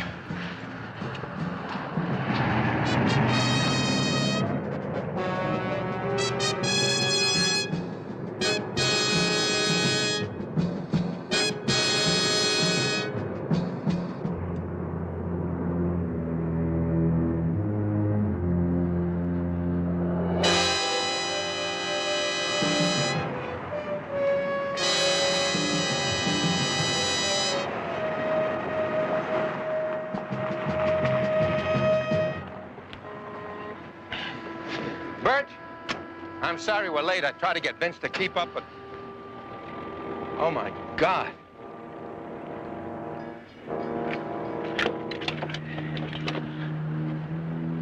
He's dead.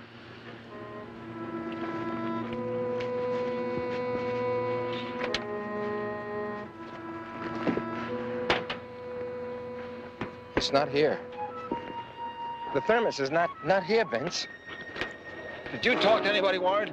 What are you talking about? Only 4 of us knew about it. 2 are dead. I didn't talk to anybody. Well, it wasn't me. I swear it. I swear it. You didn't talk to anybody? You didn't make a deal with anybody? Not me. Maybe Bert let something slip, or Hollister, for that matter.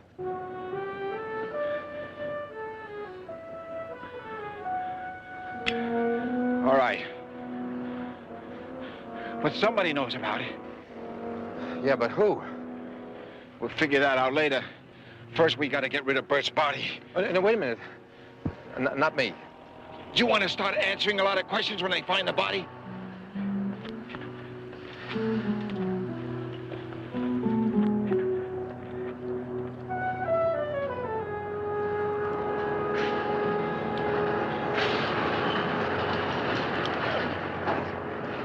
He's getting heavy.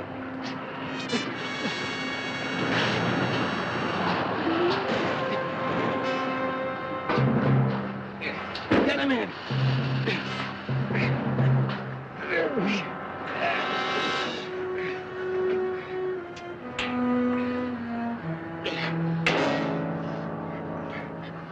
You know, they got to find him. Sooner or later, they got to find him. Not necessarily. All this junk will be halfway to Japan before they even think of looking for him. Now all we have to do is find that thermos.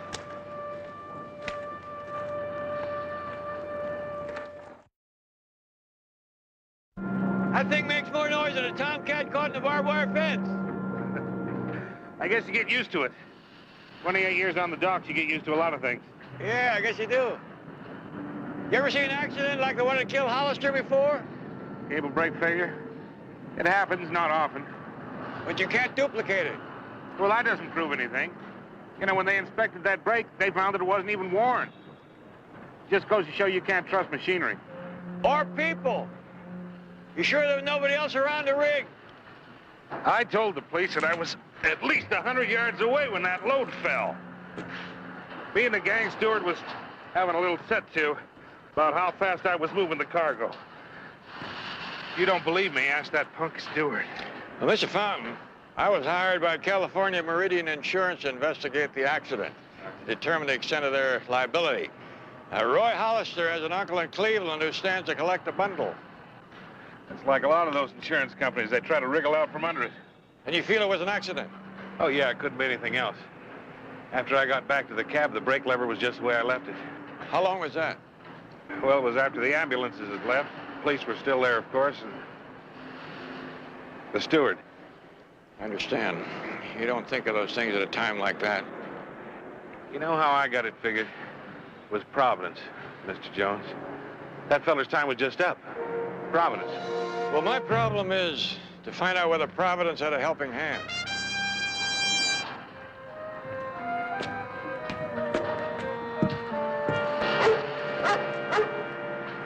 Boy.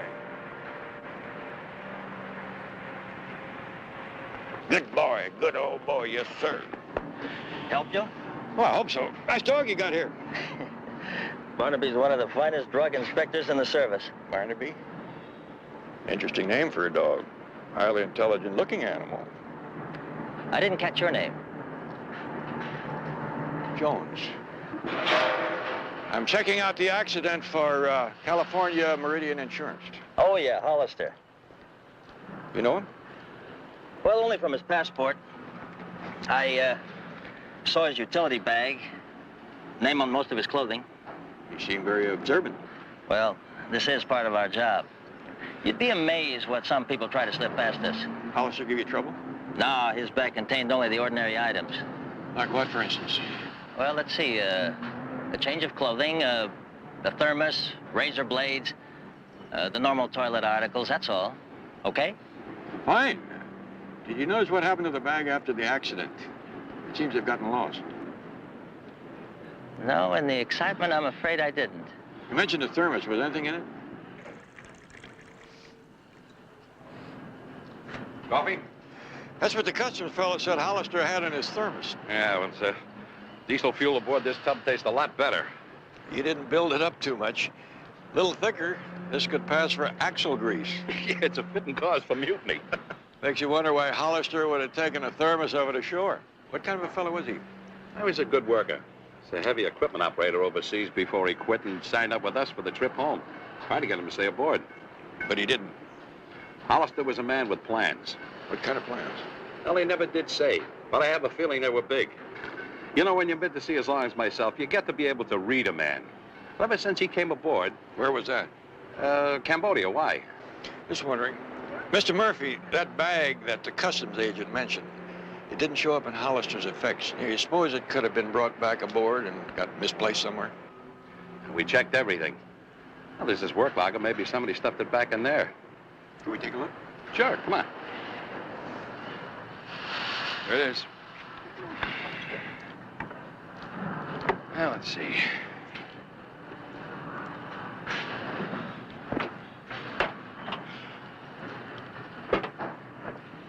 Nothing. Not a sign of a bag.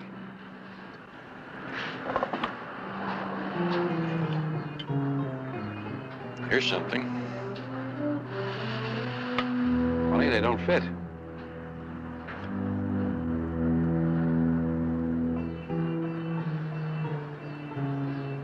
On the contrary, this may be the only thing about the case that does fit.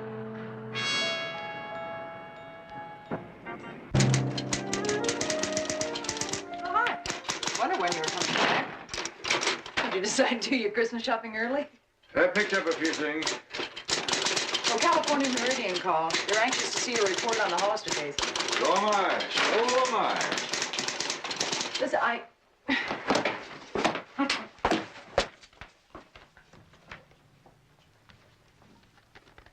What's all this about? Coffee. Coffee? Or what Roy Hollister would have wanted people to believe was coffee.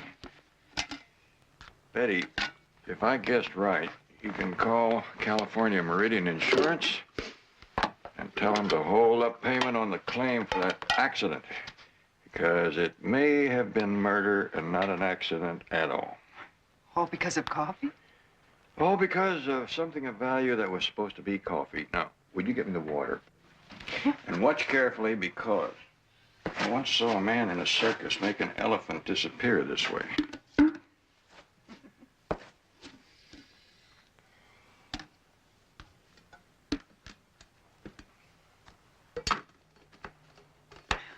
Right now, the water.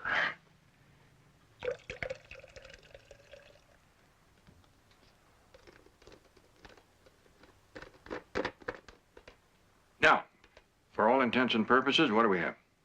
A thermos of water. Oh, coffee. That's clever. What made you think of it? Well, I found some pieces like this in Hollister's personal effects. The customs officer said that Hollister was carrying a thermos just like this when he was killed. And the thermos hasn't turned out. Right. So the accident begins to smell not so accidental. What was he smuggling, drugs? No, I don't think so, because the customs dog would have probably sniffed him out, and he didn't. There was room in here to conceal something of value. If you're right, Hollister's death becomes convenient and profitable to someone. Betty, I'd like to see the dossier that California Meridian sent over on Hollister. And I want the name of the firm that Hollister worked for overseas. Well, that's Westland Engineering, and their home office is in Orange County. How's that for efficiency? Better be careful of that, Betty. You leave yourself with nothing to do for the rest of the day.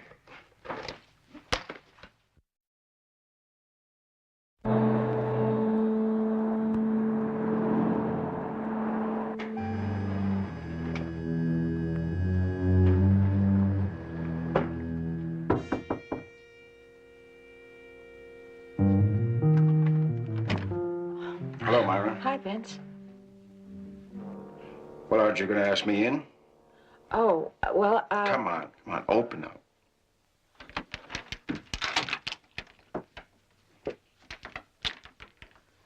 I'm sorry to bother you.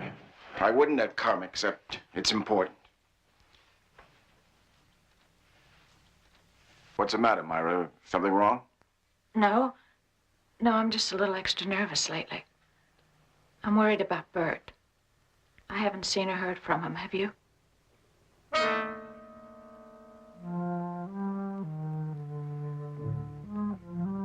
As a matter of fact, that's part of the reason for my coming. I have some stuff that I borrowed from Bert, and when I tried to return it, I found that he had moved. Hold on, Vince. Hold on, Vince. Just hold it, Vince. Just hold it. What are you doing here? Put that gun away. Think, Warren. I mean, would I be here now if I knew where the Buddha was? Warren, put the gun away. Please. Okay, you guys. Let's tell me what's going on. Well, the thing is, we need some information. Did Bert ever mention any close friends? I mean, other than Warren and myself. You know, Bert, everyone's his friend. No, he means somebody else other than the three of us. Somebody that Bert might have trusted. I mean, somebody he met recently. Did he mention any names? I don't know. I can't think of any. Why ask me? Why don't you ask Bert? You can ask Bert, can't you?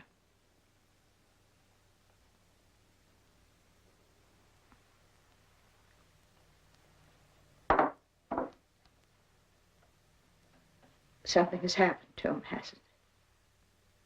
Well, you see, we were on this job together, and it was kind of dangerous. Tell her, Warren. Bert knew what he was getting himself into. Okay. Let's tell me. Where is he? What's happened to him? Bert's dead. What? We had nothing to do with it.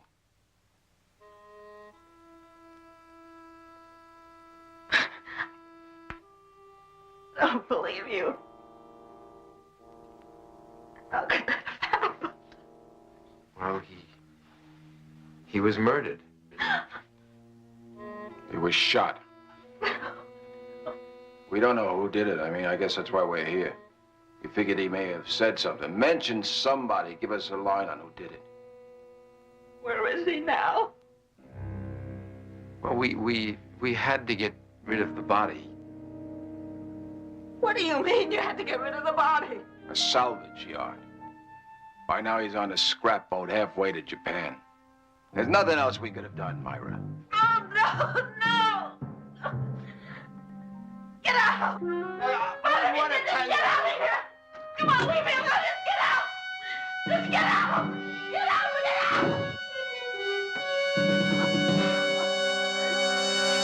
out! Roy Hollister? Roy was what I call a perspiration engineer. As good a man with heavy equipment as I ever saw. Could teach it, too. That why they sent him to Cambodia? Yeah.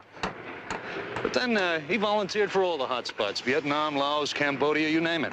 Seems to me it'd be rough enough just getting a day's work done without gorillas popping out at you all the time. You can say that again. But then Roy was a cool head at times like that. You know, he was something of a hero. I didn't know that. Yeah. Well, there's a clipping of it. I'm right inside the door of my trailer. Help yourself. Thanks.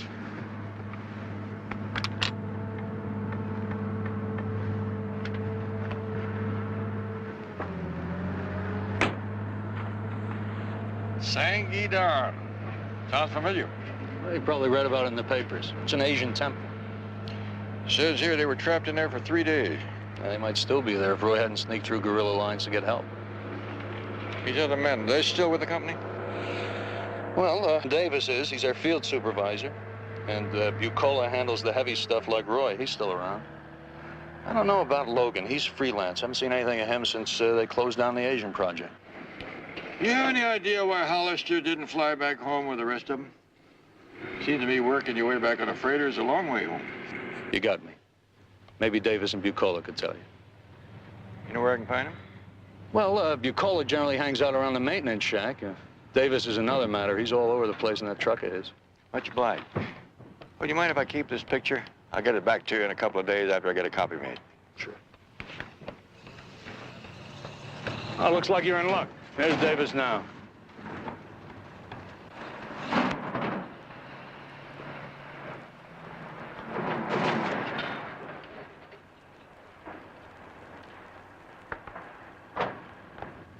Mr. Davis? Sir.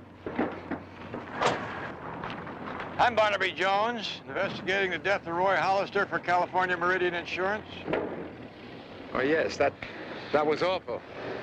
It was funny, though. I mean, after all, he'd been through to go out that way. I just got a few questions I'd like to clear up. Like what? Well, I was hoping you might be able to tell me why Mr. Hollister chose not to fly home with the rest of you. Why he signed on that ship. Afraid you're asking the wrong man. Actually, Roy and I weren't that close. Oh? I assume from this picture you were. Look, we just worked together. I don't know why he did things. Still, I'm sorry about what happened to him. Yeah, I imagine you would be, especially since it saved your life. Roy knew I was grateful. Is there anything else I can do for you? Well, I'm not sure. Since you and Roy weren't that friendly, you probably wouldn't know anything about the thermos that he went ashore with. Thermos? What thermos? The one that's missing. I'm afraid I can't help you. Well, you've already helped quite a bit. Oh, you happen to know where I can find Bert Logan? We haven't kept in touch since we got back. What about Mr. Bucola? He still works at the firm? Yes, he does. He's not here this afternoon. His son got to him. He went home early. Would you have that address? Yeah. He's at the Wellborn Apartments on Collins near Park. Thanks again, Mr. Davis. Yeah.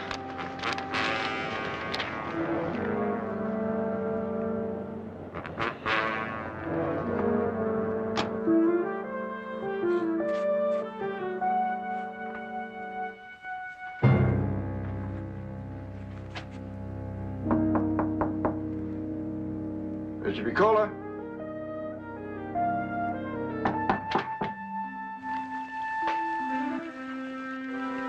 Mr. Picola?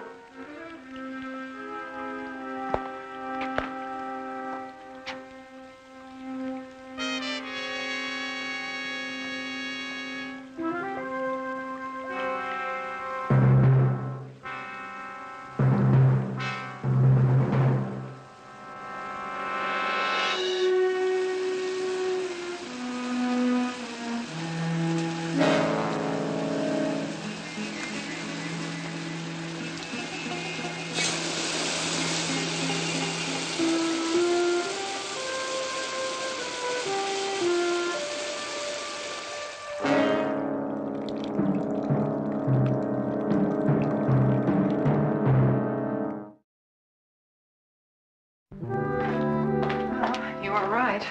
The coroner ruled Vincent Bucola's death an accident. He died approximately 1 hour before you arrived there. No fun being right when you know you're wrong. You don't agree that it was an accident? Couldn't prove it was anything else. But you don't believe it. Why? Too convenient. I could have sworn I was just starting to get somewhere. That Davis, well, he was covering something up, that was for sure.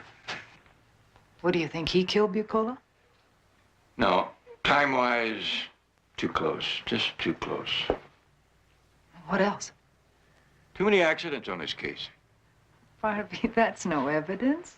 What about the shower curtain? What about it? It was outside the tub. Everybody knows that when you take a shower, you put the curtain inside the tub when the shower's running.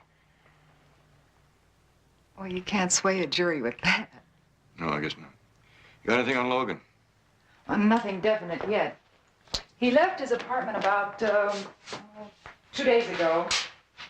Left no forwarding address, but I did get name of his girlfriend, Myra Staley. That's her address. I better talk to her. I just thought of somebody that might be able to help us. Chick Forrester in the State Department, security office. Call him. Tell him I'd like to see him. He'll want to know whether it's fishing or business. Tell him it's business, but I'll be doing a little fishing.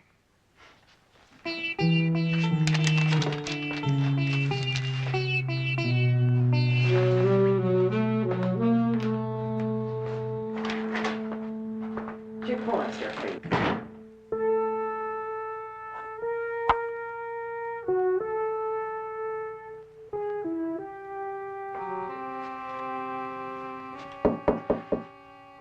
Go away. Miss Staley?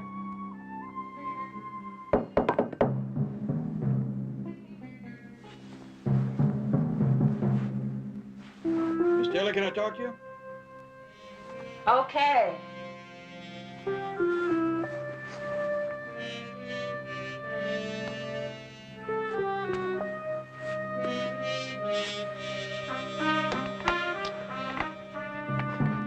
Yeah, what do you want? My name's Barnaby Jones. I'd like to talk to you a minute. Look, I don't want to talk to anyone. I don't feel so good. I just don't want to talk to. Just take it easy. Just sit right down here. Thank you.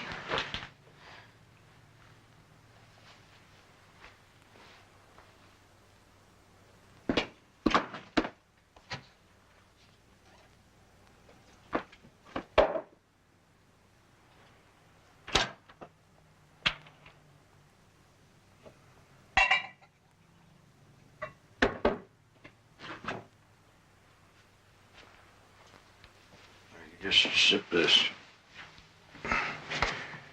When did you eat last? I don't remember. Well, if you're planning to break any records, you gotta eat. Or that stuff will break you. Let me finish it.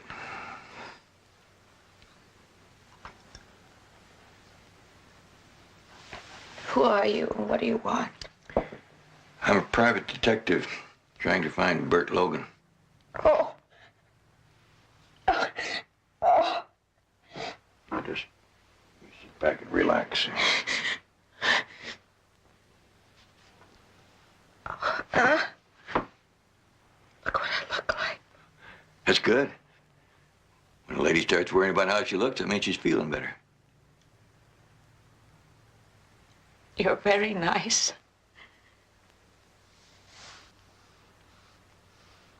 Why do you want to find Bert? I think he's in trouble. Serious trouble. And from the sound of your voice when you mentioned his name a moment ago, I think the same thought may have occurred to you.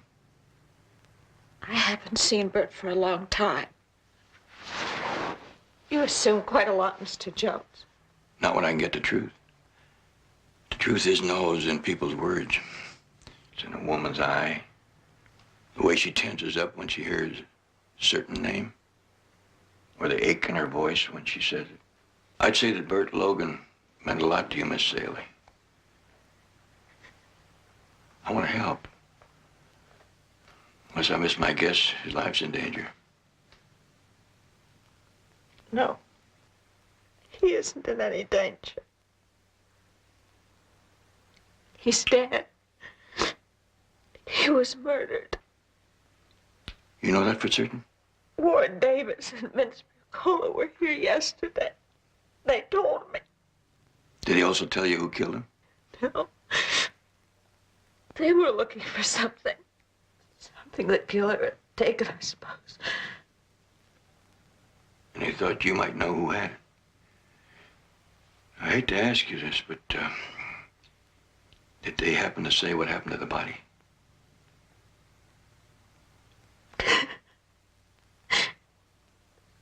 There is no body. I don't understand.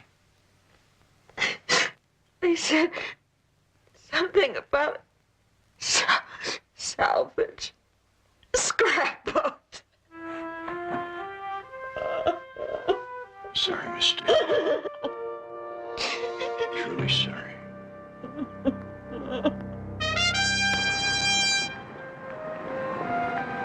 Barnaby, how are you? Chick, just coming up to see you. My girl said that Betty called. What can I do for you? You still in the East Asian Bureau? Sure. You want to claim political asylum in Tahiti or something? Not yet. This is information. Sangidang Temple. Ever hear of it? Yeah. Yeah, I've heard of it. Tell me, is it important? Could be. What's the matter? Security? No, it's just embarrassing, Barnaby. One of those small catastrophes that seem to be plaguing us wherever we go these days. Like what? The monks at the temple have been screaming bloody murder ever since we pulled our economic mission out of there. Let me guess. They just discovered there was something of great value missing. Now, how do you know that? You're right. It's a small item called the Sun Ming Buddha. Sun Ming Buddha.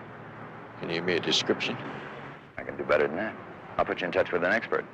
And if you can locate the Buddha, I'll buy you the finest steak in Los Angeles. Sounds important. It's a matter of saving face, Barnaby. It's just one of a series of things. The monks claim that we looted a sacred object. If we can prove them wrong, it'll be a big help to us. What's the Buddha worth? Small fortune, but even more than money. Not to some people.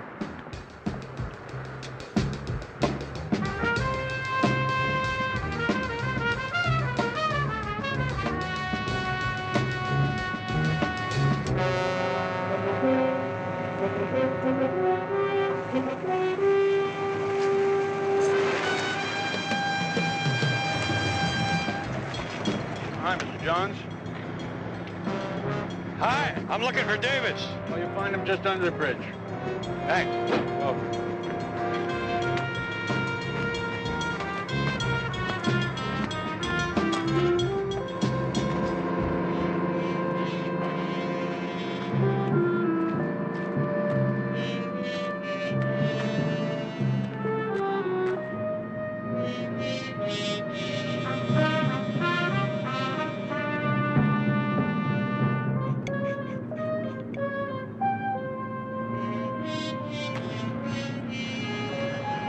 Good afternoon, Mr. Davis. Oh, Jones, isn't it? That's very kind of you to remember. You got a minute? I got a couple more questions. I've told you everything I know. Funny, Myra Staley thought you might have a lot more to say. Myra Staley's a drunk. She said you told her that Bert Logan was murdered and you helped dispose of the body. She can say anything she likes. I had nothing to do with that. What about Mr. Bucola? You're a fool if you sent me over there knowing he was dead. Why would I? Besides, they said it was an accident. Like Hollister was an accident? I suppose you didn't know anything about that either. You're guessing, aren't you, Mr. Jones? Am I? And not very good either. Look, if you don't mind, I've got some work to do. What if I told you I know about the son Ming Buddha? The son what? Look, I don't know. I don't know what you're talking about. And you better check your insurance. It's a bad case of dying going around in your circle of friends.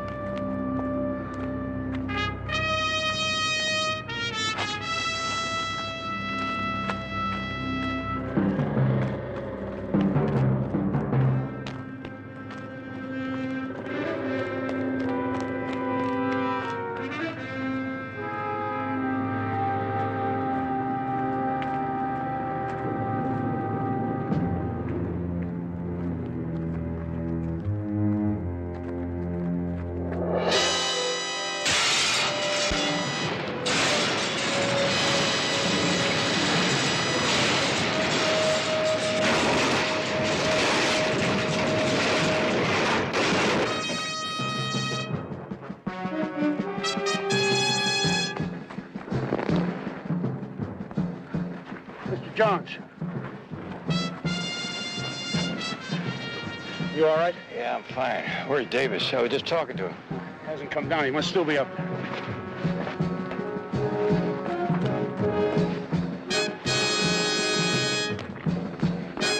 Davis? Davis! Mr. Jones! Davis is here.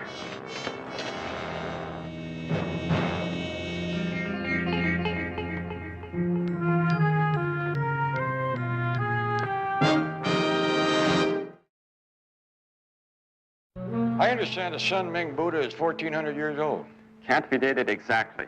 Could easily be even older. One solid emerald. Very impressive carving. An antiquarian like yourself can well appreciate the workmanship. With a precious stone riding at the outcome, the artisan's head was in jeopardy also. How much would something like this be worth? Properly cut, the intrinsic value of this emerald is approximately $300,000. But as an object of art, well over $1 million. That's the way they'll move it. Well, how can you be so sure? A freshly cut emerald leaves hardly any trail in the gem market. But whoever has the Buddha has already gone to a lot of trouble to cover up his tracks. That means they're going for the big money. They're going to try to sell it in one piece. Very shrewd. Mr. Forrester said that you had hopes of recovering the Buddha. Yeah. Excuse me. That is right. I knew when it was taken. I even knew how it was smuggled into the country. The only thing I didn't count on is that somebody wanted it bad enough to leave 3 bodies in his wake. I thought there were 4 murders. Only 3 bodies. Count them. Hollister, Davis, Bucola. Oh, what about Logan? In his case, there was no body. All we have is Myra Staley's word, and she got her information secondhand.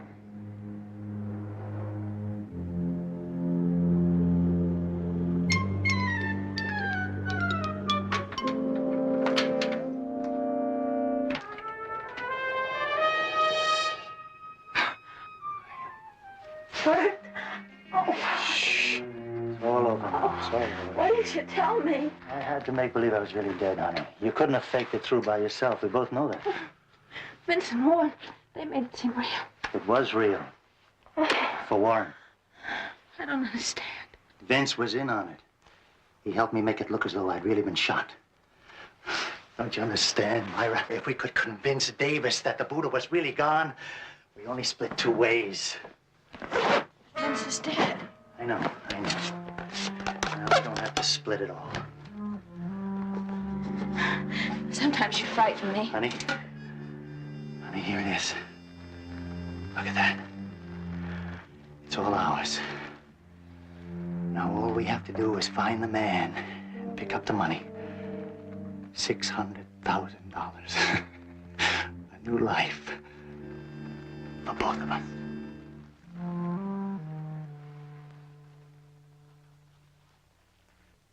No, Andy, I don't think so. Go ahead, take it. It's a present. Just don't drop it. Hi, Andy. Nice of you to come see me. Jones, before you start, I'm in costume stuff now, strictly legitimate. 4 years and 5 months behind bars convinced me. Seems to me you told me the same thing a few years ago when you were handling more hot jewelry than Sir Francis Drake. Yeah? Only this time it's true. Ask Betty. See? Looks like a million sells for a buck. Excuse me. Andy, I need information. This is very big. Emerald Buddha. Worth more than $1 million. Buddha? What do I know about Buddhas? I told you. I'm out of the hot jewelry racket. Andy, they have killed 3 people, maybe 4. Yeah? That could give the business a bad name.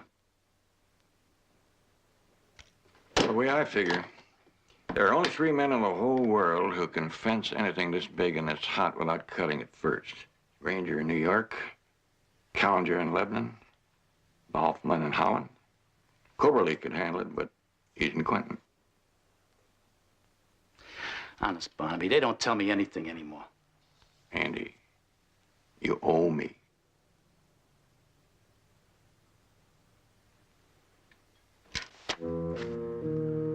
Okay. Maybe Granger's taking a deal. From New York? Try the Carlisle Apartments. He just got into town a couple days ago.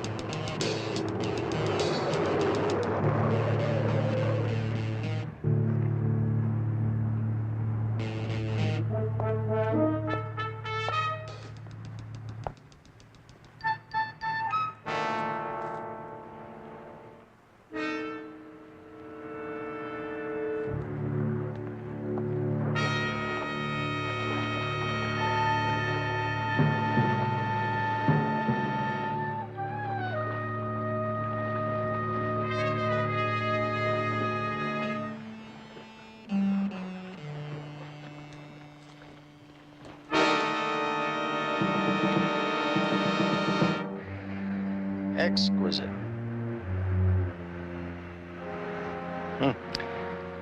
There's absolutely no doubt of its authenticity. My buyer will be very pleased.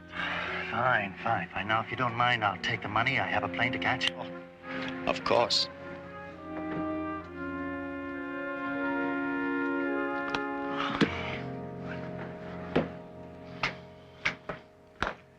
It's all there. 600,000. You know, we could have closed the deal 2 days ago if you hadn't insisted on small bills. Hello? It's for you.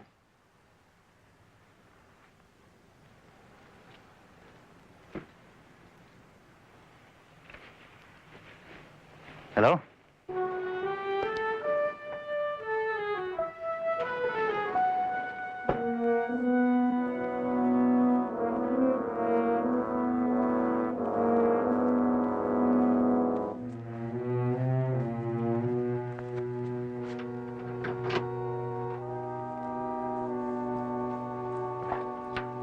Hold it. All right, nice and easy now. The gun over your shoulder.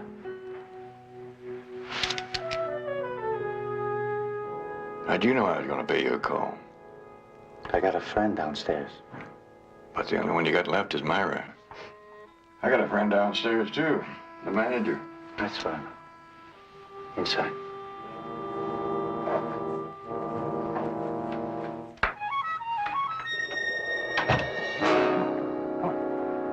Sit down. Who's he? Now, take it easy. He's not a cop. He's just a private detective. This was not part of the deal. What's going on? I'll handle it. Yeah, it's like a wolf handled a sheep. I'm afraid you bought more than you bargained for, Mr. Granger. Logan here just sold you a piece of 3 murders. Is that true? I said I'll handle it. Now you take the Buddha and get out of here. I'll take care of Jones. Oh, sorry. We had a deal, but it did not include murder. You see, Logan, a man in Mr. Granger's line of work has ethics. Thieving is one thing, murder is another. Just leave the money right where it is. Now, look, I told you the deal is off. I said you take the Buddha or nothing. I'm a businessman, not a fool. Then you get nothing. Don't try it. Now hand it over, nice and easy.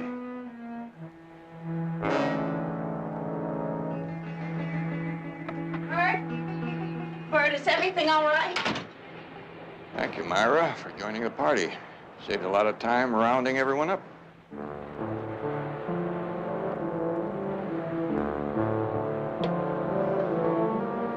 Operator, get me the police.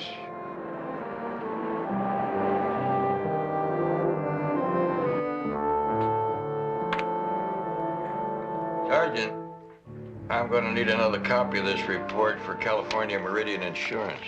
Proving it was a murder is going to save them a bundle. Barnaby, they said you wanted to see me.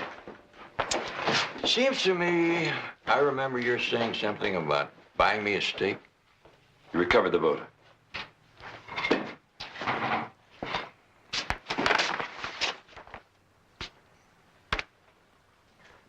Of course, you're going to have to sign a lot of papers.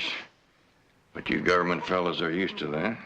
And when I do, the State Department will be happy to buy you a whole steer. A whole steer? Look, I don't want to throw the country into an economic crisis. I'll settle for a couple of steaks. You got a deal.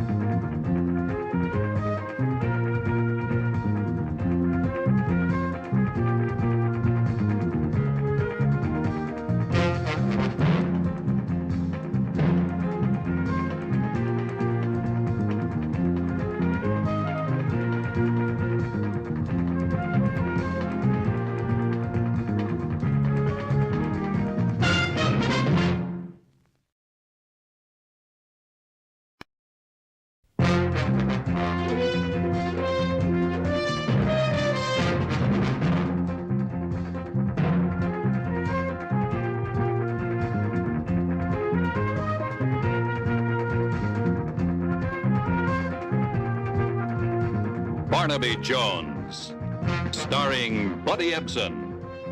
Also starring Lee Merriweather, with guest stars Marjo Gortner, Meg Foster, Jason Evers. Tonight's episode, a gold record for murder.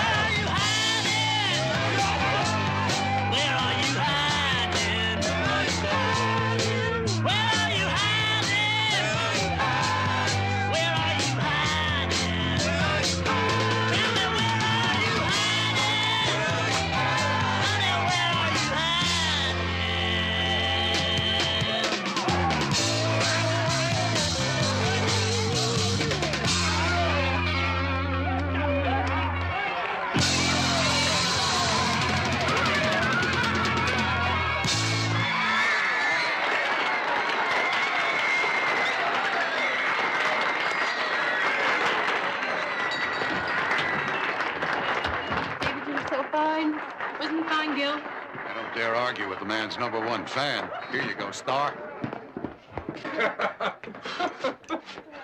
You're so great.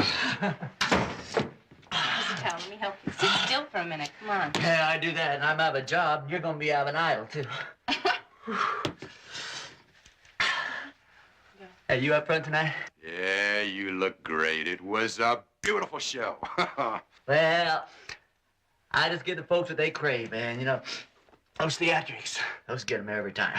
Yeah, the performance was fine, but, All right, already. Hey, come on. Man, so this is supposed to be a tryout time for new material, so... only you didn't write any.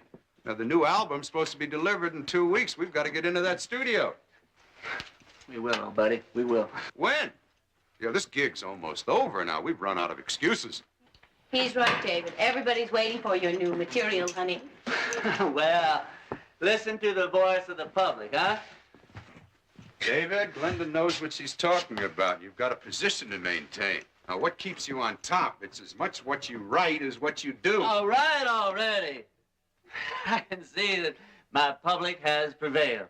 Amen. You want new songs? You'll get them. But hey, the kids got to be left alone, man. Just me and my creative juices. You dig where I'm coming from? Yeah. Okay, out. Come on. You too, Glenda. Go crack someplace else. David, Come on. come on. Move. Now look at your idea.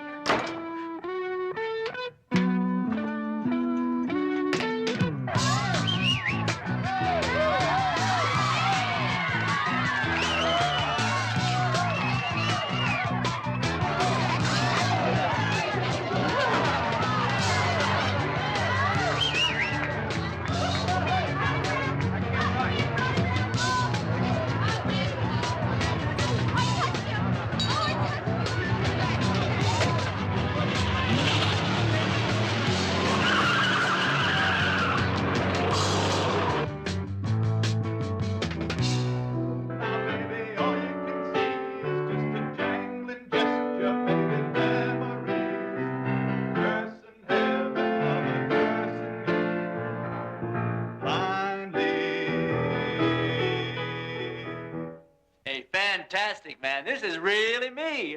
How many of these songs have you done? Oh, there's an album there, I guess. Now, look at all these. Man, you should have told me, Ray. You should have called me. Yeah, I had other things on my mind. Oh, well, it doesn't matter, old buddy, as long as we are in business. Listen, I'll take all these home and go over the rest of them there. I'll bring you back some money tomorrow. No. What do you mean, no, man? You always get paid for what you do. Now, listen, if you don't think what you've been getting is enough... Dave, I don't want more money. I want credit. I want my name on my music. I mean, you're kidding, right? It's got to be a joke. It's time for me to be known for what I do. Hey, do you know what that'll do to me? Listen, so you give me credit for this one album. Nobody's going to know about the past. Man, I give you credit for one album, and they're going to put your signature on everything that I've done. It's going to destroy me, man. Can't you understand that? Listen, now I've made up my mind. That's it. I mean, that's it. Now I'll get you some coffee and we'll work out the details.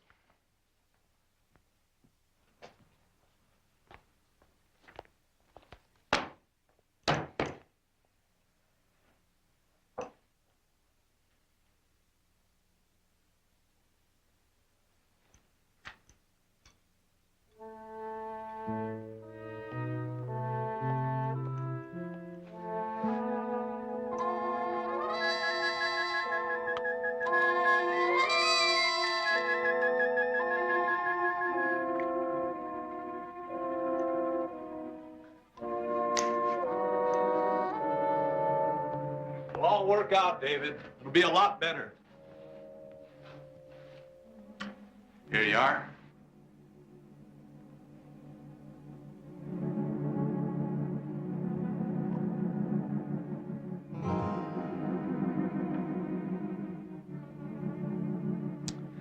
Oh, David. David. Come on, say something. Listen, I think we can be a team. Now, I mean it. I mean, I have a lot of ideas where we can go with this stuff. Will you please tell me what you think, at least?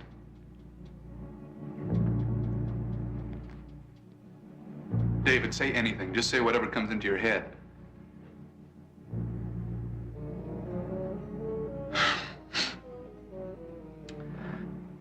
I don't feel so good. I think I'm going to sit down.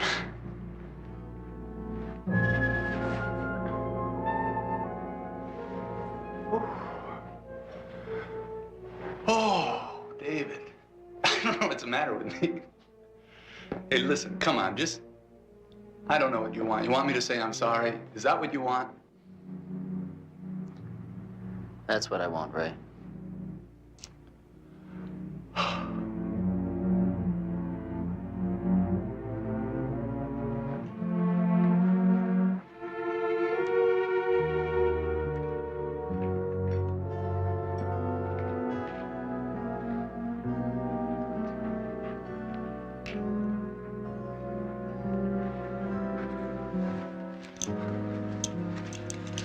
Hey. Only one dude can be known for David Colton's music. Sorry, old buddy.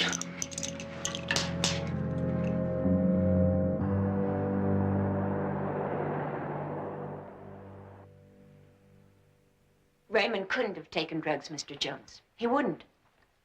Excuse me, Mrs. Walding, but didn't the police find that your son died of an accidental overdose of narcotics? They were mistaken. They didn't know Raymond. Mrs. Walding, every mother feels that she knows her own boy. Mr. Jones, I'm a musician, too. A violinist, good enough to be a concert master, but not good enough to have done all that Raymond did. It was my dream to see him become truly important in music. Well, the problem was that what Morgan thought was important and what Raymond did were different. I pushed him, made him turn to composition. But he was no longer interested in the traditional forms. He liked popular music. We fought constantly. When I went to see Raymond about 3 weeks ago, it was for the first time in months. What'd you go to see him about? Oh, I had a possible commission for him. A chance for a concert. Wasn't he interested? He turned me down flat. He said he was too busy. But I said to him, a father doesn't want to remember. Don't you see, Mr. Jones? I drove Raymond to that overdose.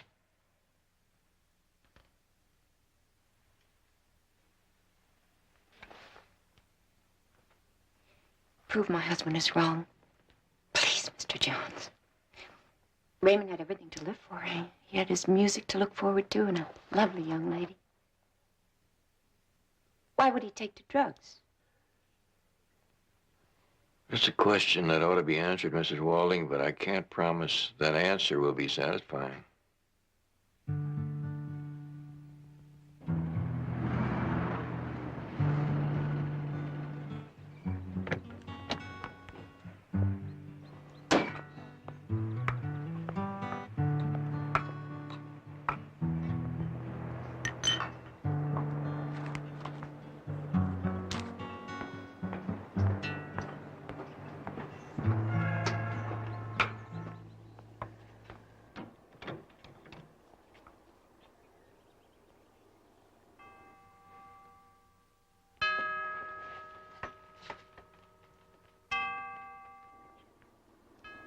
David! David, let me in! David!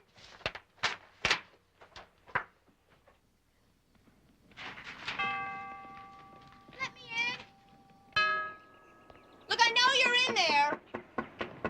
What have you been, camped out here for 3 days? He's not answering the phone or the door. Do you think there's something wrong?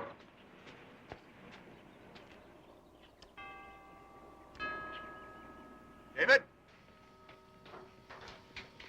David? David!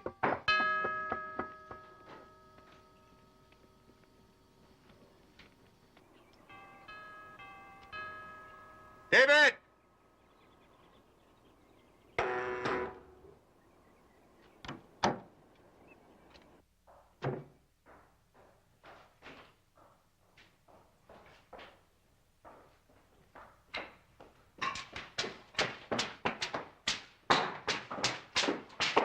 I was so worried about you.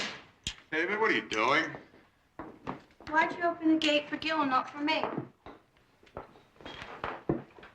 You were trying to avoid me, weren't you? You wanted me to go away.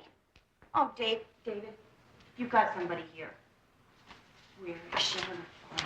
Where you got her stashed, David? Little kitty! Little kitty! Notice the great trust I inspire. When you start living up to your responsibilities, David, people will trust you. Now, you can't shut yourself off like this. The record company people have been after me. Hey, the record company people are about to remember how come they love me so much.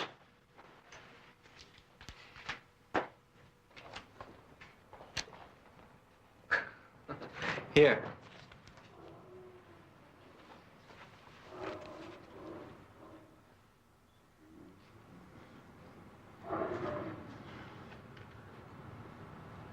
This is good. Oh. Yeah, it's really good. Don't look so amazed. Came from a man's soul. Yeah, but 3 days. And you come through. You are a genius. Hey, you got 40% of greatness, Gil. You know that? I go without sleep, you get rich. Who gets you the chance to display that greatness? Oh, you really sweat. Grinding out all those deals over lunch with the wine. Oh, David, you're exhausted. You need a little rest, a little relaxation, companionship.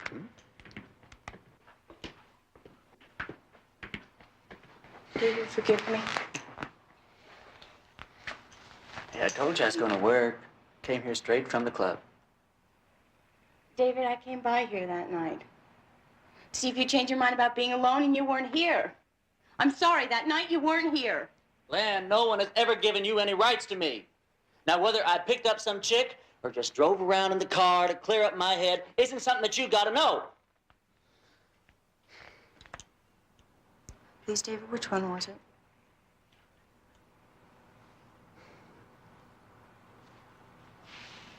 Cleared up my head.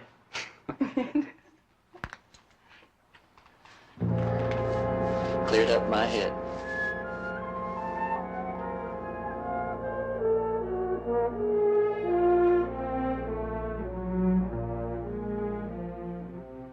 Well, Paula, this is very impressive. How long had you known Ray? Ray and I were just starting, Mr. Jones. He was rather shy with people. I was his first girl, and only then because I'd contacted him to ask if he'd speak the graduate music class I was in. Police reports said they found barbiturate and heroin in Ray's system, but no other needle marks. Ray never took drugs, Mr. Jones.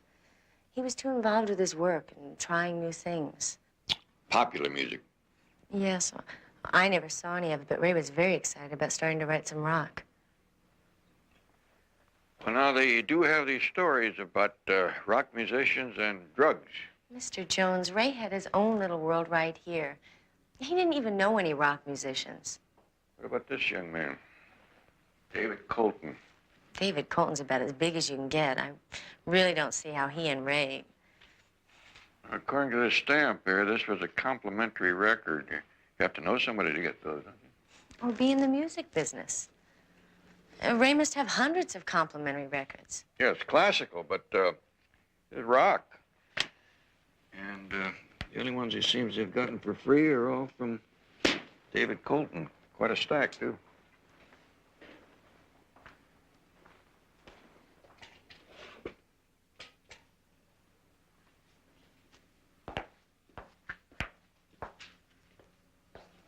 Ray's address book? Yeah.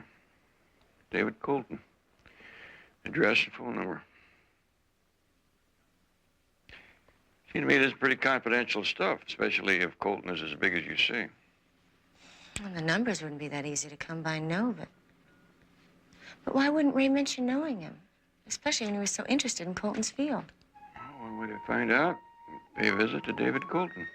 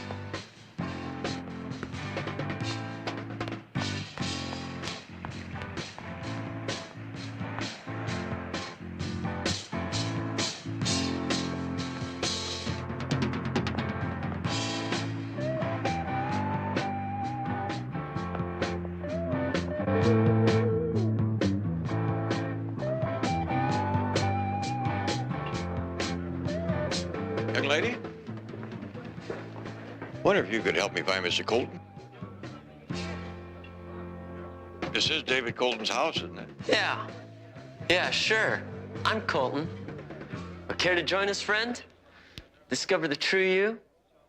Well, son, I think I've lived long enough to know who I am. Maybe you can help me discover the true David Colton.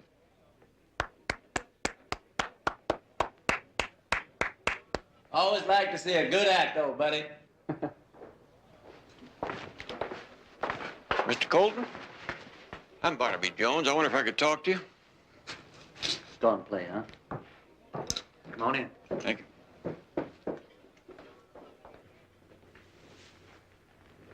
Well, this glass must have been expensive. I know a place you can get some orange crates that fit right in here. Let's not be critical, Grandpa. Now, you don't look like a groupie, so what can I do for you? And don't tell me that it's my fault that your granddaughter ran away from home.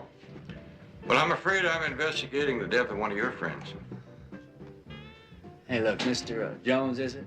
I'm finally getting to relax a little, man. The last thing in the world I want to hear about's death. Ray Walding. Walding? He died of an overdose. I was wondering how he got it. You got a picture or something, this Walding dude? Sure.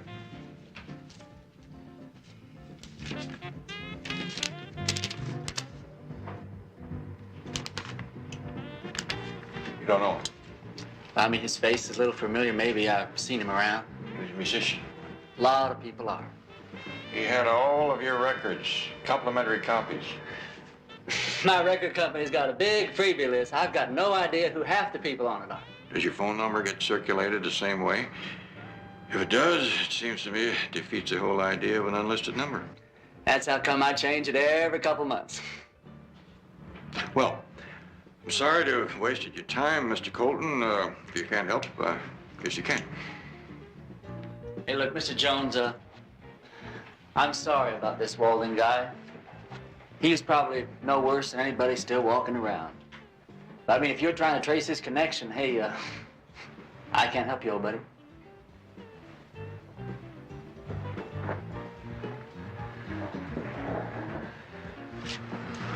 You are supposed to keep people like Mr. Oh Shucks there out, Gil, not just stand around and listen to them gas. It's too bad you couldn't help him. Yeah.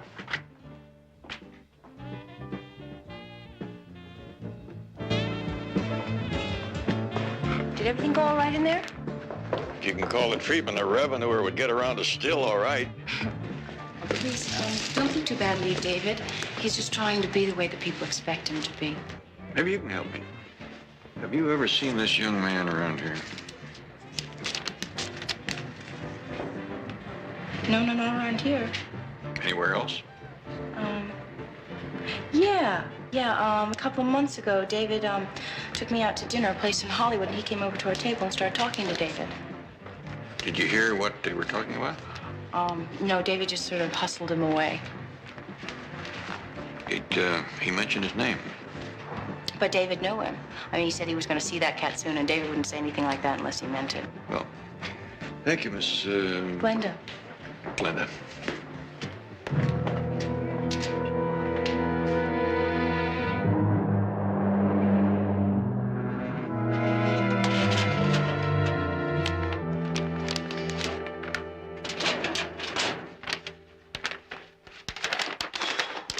This is everything, Barnaby. Contents of the dead man's pockets, vial of pills, and this kit. The barbiturates he took definitely matched those in that vial. According to our tests. The police say that they found no readable prints on those? This junk passes through 1 million different hands. There's nothing unusual here, Barnaby. Standard for a dead junkie. Even this? I'd say that one of the hands that passed through was highly skilled, wouldn't you say, Dr. Mayhill? Nice work. Mind if I check this out for a few days? We were just about to turn this back to the family. You can check with them if you'd like. I'll do that. Be nice to know where something this handsome comes from, don't you think? David is his own producer, Al. You know that. Well, as soon as you've got studio space, we'll start recording. Fine. Esther, call David and tell him to get everything together for tomorrow night. As a matter of fact, David already knows. I'm sorry, Mr. Turner. He was listening in on my phone. I'm sorry. At least you could pretend to really be sorry. What brings you here, David? Oh, just slumming. Hey, you know tomorrow's cutting it pretty short, Gil. Yeah, well, they're dying to hear the new stuff. How long does it take to cut the album anyway? Week? More. Hey, aren't you going to ask me what I'm doing here, Gil? All right, David, what are you doing here? Well, I went to see my lawyer, and we had a real long talk. What about? Oh, he's explaining to me about personal management contracts and how they can really tie you up, you know?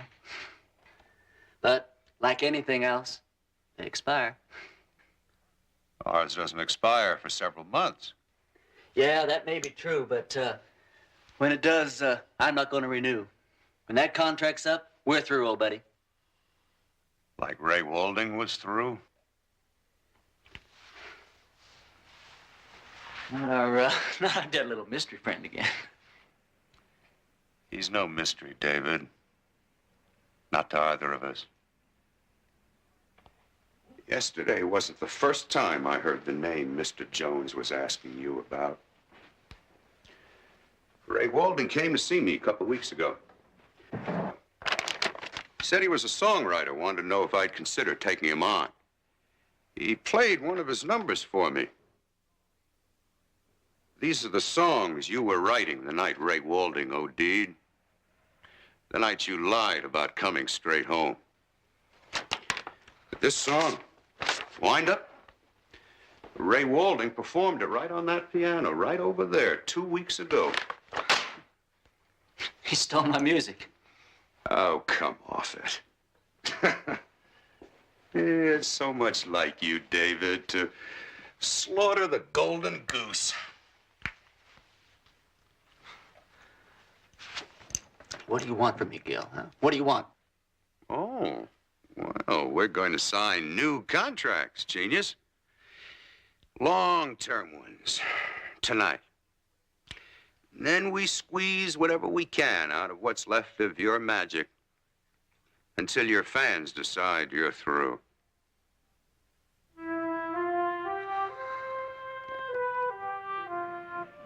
Nope, I don't know your friend. But you do sell these purses. Oh, yes, sell them out is what we do. As many as we can get. We're the only outlet. You see, what makes them so special is that they're all done on order. They're personalized. How do you mean? Well, when you look at it like this, it just looks like a design. But when you open it up this way, then you can see the initials. DF. Now, who would DF be?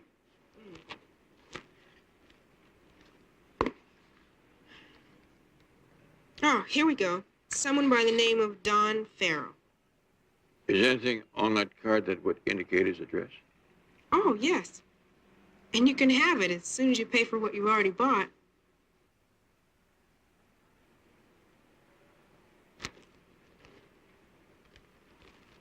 It's only $25. Just what I always wanted.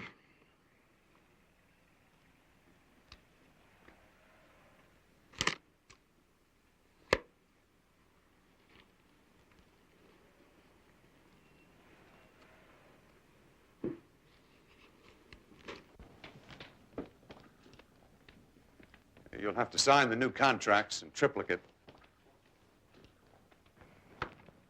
Well, where's Glenda tonight? I thought she could be here to celebrate with us. Well, I didn't think she should be here. Oh. Well, maybe we can find someone else to ghostwrite for you. And then every phony little thing will be just like it was. Hey, I got a better idea, old buddy. How be we just forget the whole thing? All of it. No way.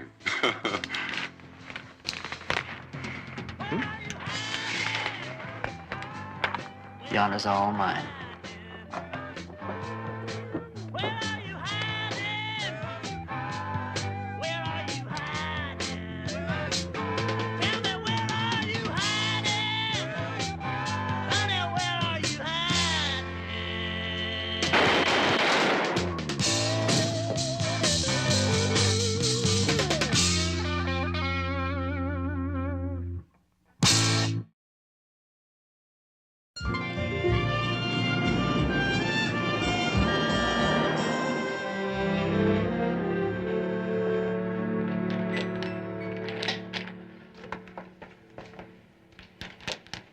Good morning. What can I do for you? I think I'll have a glass of milk. Yeah.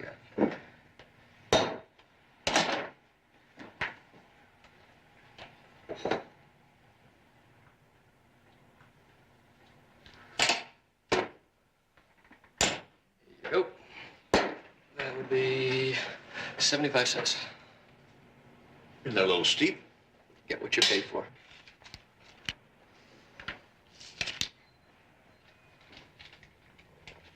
That tastes kind of different. How else can sesame seed milk taste? Sesame seed milk? Yeah, boss mixes it himself. It comes from 100% pure seeds. What about this, Mr. Farrell? Where'd this come from? Hold it. Now, I did a lot of talking to your landlady just to get her to tell me where I could find you. Doesn't seem fair to lose you now. Look, I got nothing to say to you, mister, or any other narc. I'm not a narc, but I can tell you that heroin is not a health food. Now, what I want to know is, when's the last time you saw this pouch? We both know what was in it. Who'd you sell it to? I never sold anything to anybody. How did Ray Walden get it? Who? Look, mister, I don't know what you're pulling, but I never heard of any Ray Walden. Look, there must have been 20 people around me. They saw what I did. I just passed the stuff on as a gift, as a token of appreciation. A token for whom?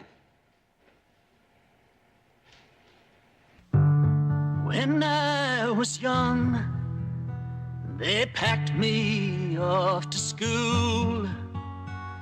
They taught me how not to play the game. I didn't mind if they groomed me for success, if they said that I was just a fool.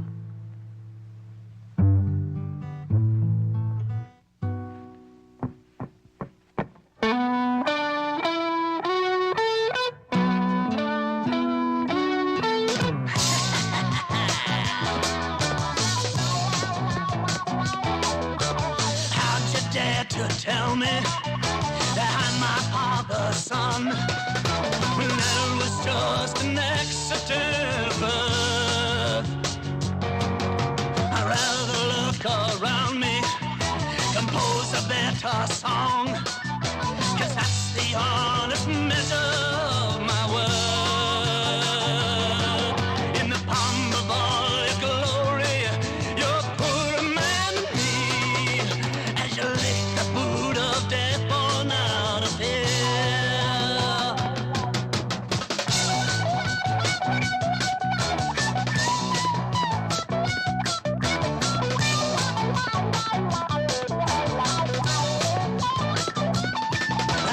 Excommunicate me on my way to Sunday school, and have all the bishops harmonize these lines.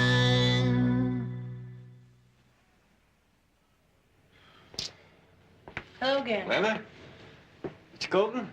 Excuse me. Say, that is a catchy tune. That's the real way you got the praise, too, old buddy. Could I talk to you? But Mr. Jones, this hasn't been a free show. I mean, we are trying to get ready for a recording session tonight. Well, this won't take very long. Well, let's go get some air. Come on. Come on, man.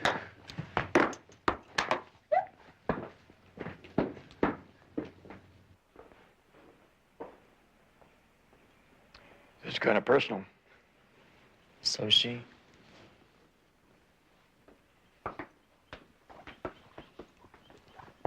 Now, what can I do for you, Mr. Jones? You come to tell me how Grandpa's doing among the dopers, huh? A young fellow named Don Farrell gave this to you the night of Ray Walding's death. The heroin in it was used to kill him. Ray Walden. It's a young man whose picture you identified.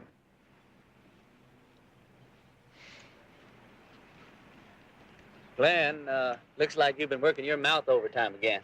David, Yeah, this could be the one I got that night. Happens to me every time I play a gig. People lay all sorts of garbage on me, to try to prove their love. Hey, when I saw what was in it, man, I chucked it away. Scruples? Glenn, lay the deep, dark secret on him. David doesn't use drugs. He doesn't even drink any alcohol. See, I like to have myself under control when I'm going to move an audience. I've got to know exactly what I'm doing. Is that perhaps what you're trying to do right now? Look, Mr. Jones, you can ask my manager. He met me here after the show, saw me throw the thing right down that hill. And Glenda, were you there that night? Of course I was. I was right here. That still doesn't explain Ray Walding. Hey, I never knew his name, Jones, till you told me. What did you know? Guy was weird. I mean, sort of a freak. All started in that restaurant. And you know, that dude came on like he's just some sort of boozing buddy. I had to play along. And after that? Well, I'd see him on the street, in a car once, following me. Why didn't you do something about it? Look, there are a lot of freaks around who sort of make a hobby out of someone like me. Isn't that right? You just sort of got to live with them. Now, I figured there's no point in telling you about it before. Now, and as for this bag, he could have been hanging around the house and just picked himself up a souvenir. Well, you've given me a lot to think about. Well, just so you do your thinking someplace else, Mr. Jones, let me get back to work. If I can, Mr. Colton. If I can.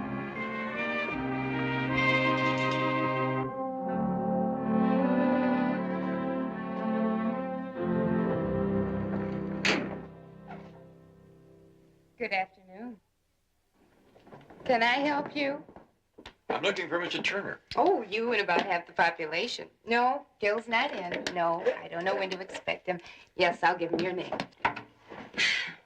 You don't sound very enthusiastic. Well, that's what happens when you've been saying the same thing all day and then listening to people get furious each time.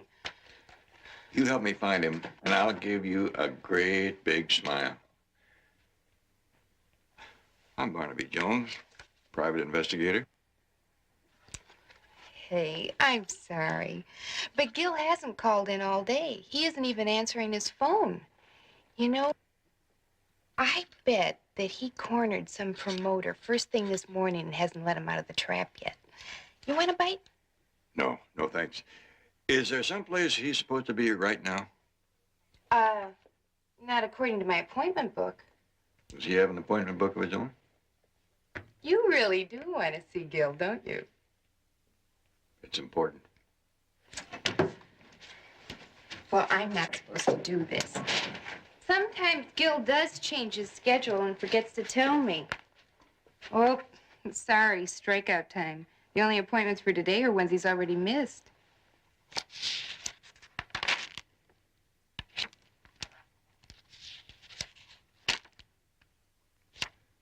What about this appointment with Ray Walding?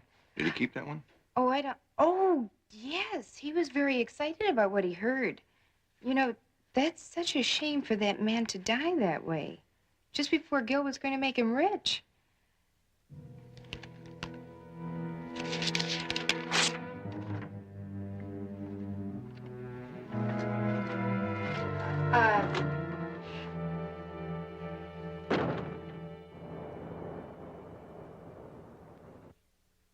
$10:45, Ray Walding, songwriter. Ray met with David Colton's manager? He never told me. Maybe he just wanted to see that things were going right before he told you. But they didn't go right, did they? This isn't how things are supposed to end. Not for someone as brilliant as Ray. Paula, nobody knows how things are supposed to end. Pile of boxes. That's all that's left of a life. Ray's parents couldn't handle doing this, and now I'm not so sure I can. I'm betting you do just fine. But I'll never be able to bring to others half the pleasure Ray could have. That's gone. Not all gone. What do you mean? What about the music Turner heard? The rock that Ray was working on. It'll be around the house or somewhere. It could be sold, played. Well, the only thing the Waldings packed were clothes, and I haven't run across any music at all. Well, got to be around here somewhere. I don't understand that.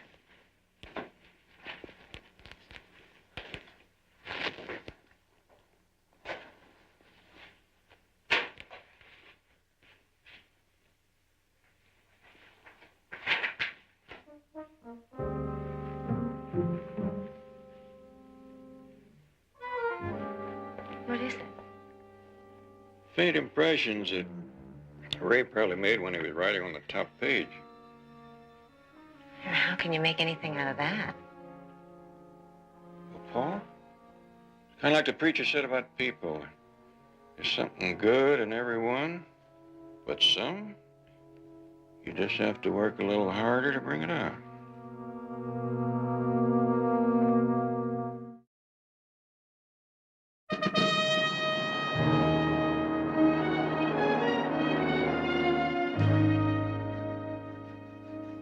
Eddie, I don't think that boy was playing around with drugs. Things were going too well for him. He didn't really have any reason to follow David Colton around either, Barnaby. I don't think he did. He didn't tell his girlfriend one word about Colton, and I don't see him hanging around outside of Colton's house to pick up a bag of drugs and run off with it like a dog with a bone. What was the link between the two of them then? Music, that's all it could be. When was it you said that Colton started getting successful? Just the last couple of years. According to some of the people I talked to, he was a member of a group before then. Too bad we can't talk to some of his old partners. Hear what they had to say about their pal. I beat you to it, Barnaby. I talked to one of the group who lives in New York now. He said that back then, Colton could barely read music, let alone write it. Betty, you make a man proud. Well, now, looky here. Missing music? Part of it? Betty, you remember where you hid my guitar?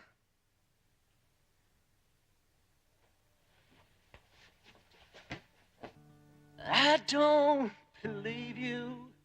You got the whole damn thing all wrong.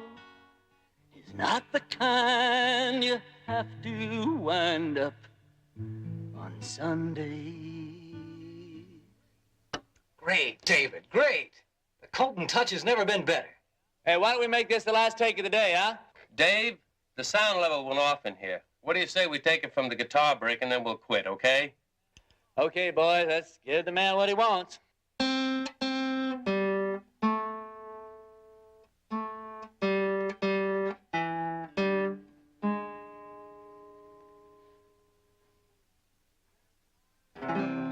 When I was young, they packed me off to school. Taught me how not to play the game.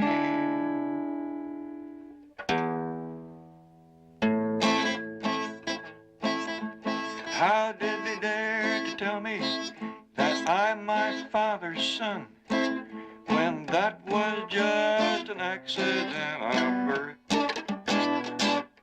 Betty, it's the same song.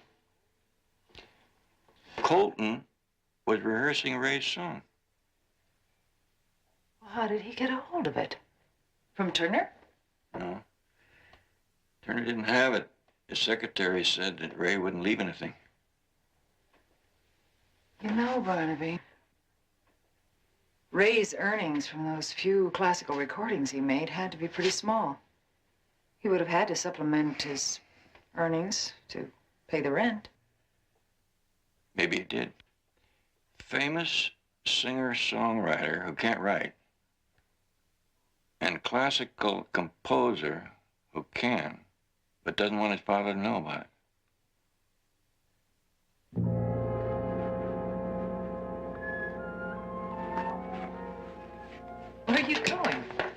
Well, thought I was doing pretty fair solo here. Maybe it's time to see about a duet.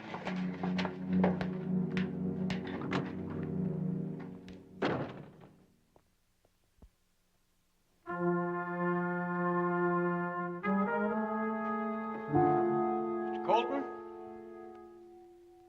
Anybody here?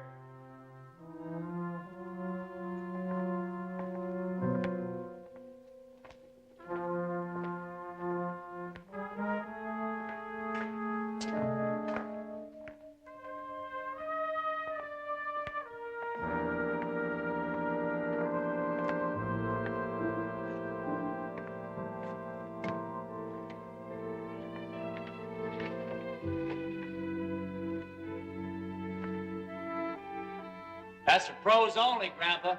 Put it down.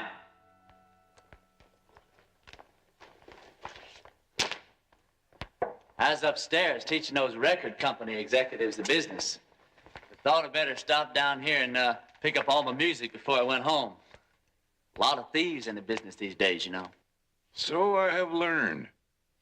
Did Ray write everything you're supposed to have written, or just this? Man, I starved, Jones. I starved for a year. No one would touch me. You can't just be a singer anymore. Not with these kids. You got to be a creator, a damn poet. And you don't have a spark of poetry in your soul, do you? Man, Ray came up to me after a gig. Wasn't bad, but man, it wasn't good either. Gave me one of his songs. Said he didn't want his name on it. No personal kind of deal, and so I took it. Song was a hit. So you took more? And I paid him for everything he wrote. What did you pay for his life? You didn't go home and throw that dope away. You went right over to Ray Walding's for this. And what did you find out? That he'd grown up. He was through worrying about whether or not it hurt his family. He wanted credit for what was his. It'd be like killing me, Jones. Don't you see that? It'd just be a question of time before everyone would see that he was the real genius, that all the bows I would take were just a bunch of lies. Man, I am David Colton, the main man. Nobody can take that away from me. Not Ray, not Turner, not even you, old buddy. Is that the reason Turner's so hard to find? Did you give him an overdose too? Come on. Come on, let's go. Come on.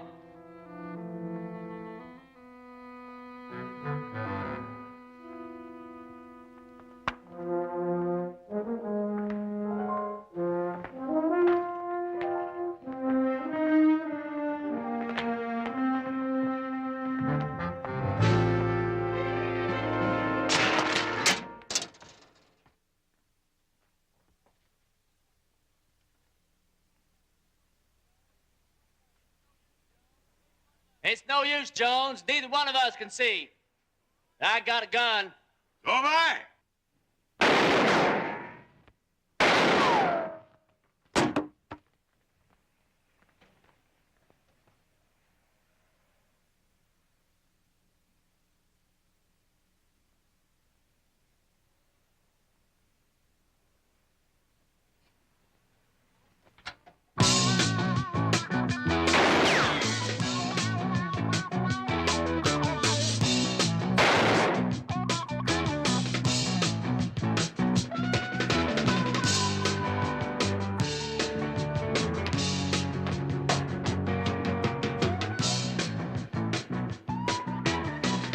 David.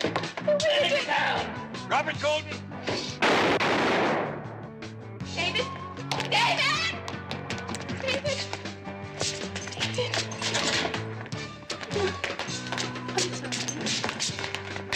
I'm sorry. I didn't mean. I'm sorry, David. David.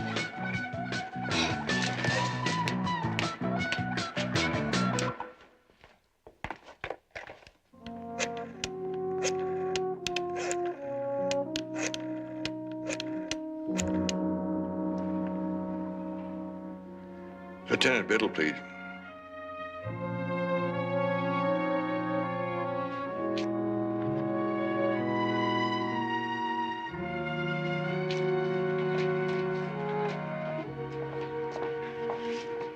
I think you just sort of slide it in here on the bottom.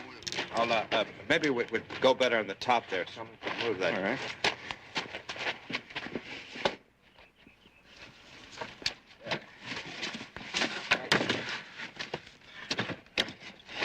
Well, I guess that does it, and me too. Mr. Jones, we wish to thank you. It's all right. I needed the exercise. That's not all we're thanking you for, Mr. Jones. I spoke to the police earlier. They told me that David Colton has recovered enough to admit that he killed both his manager and our son. Miss Walding said she knew her son. Neither of us should have doubted her. No, there's a lot of things I shouldn't have doubted. I've been reading his music, listening. Have you had a chance to analyze it, Mr. Jones? He used the classical approach to the rock idiom. Incorporated some of the greats and added something of his own. Why, the Stravinsky influence is unmistakable. And the Schoenberg. You know, I think I heard little Hank Williams in there, too.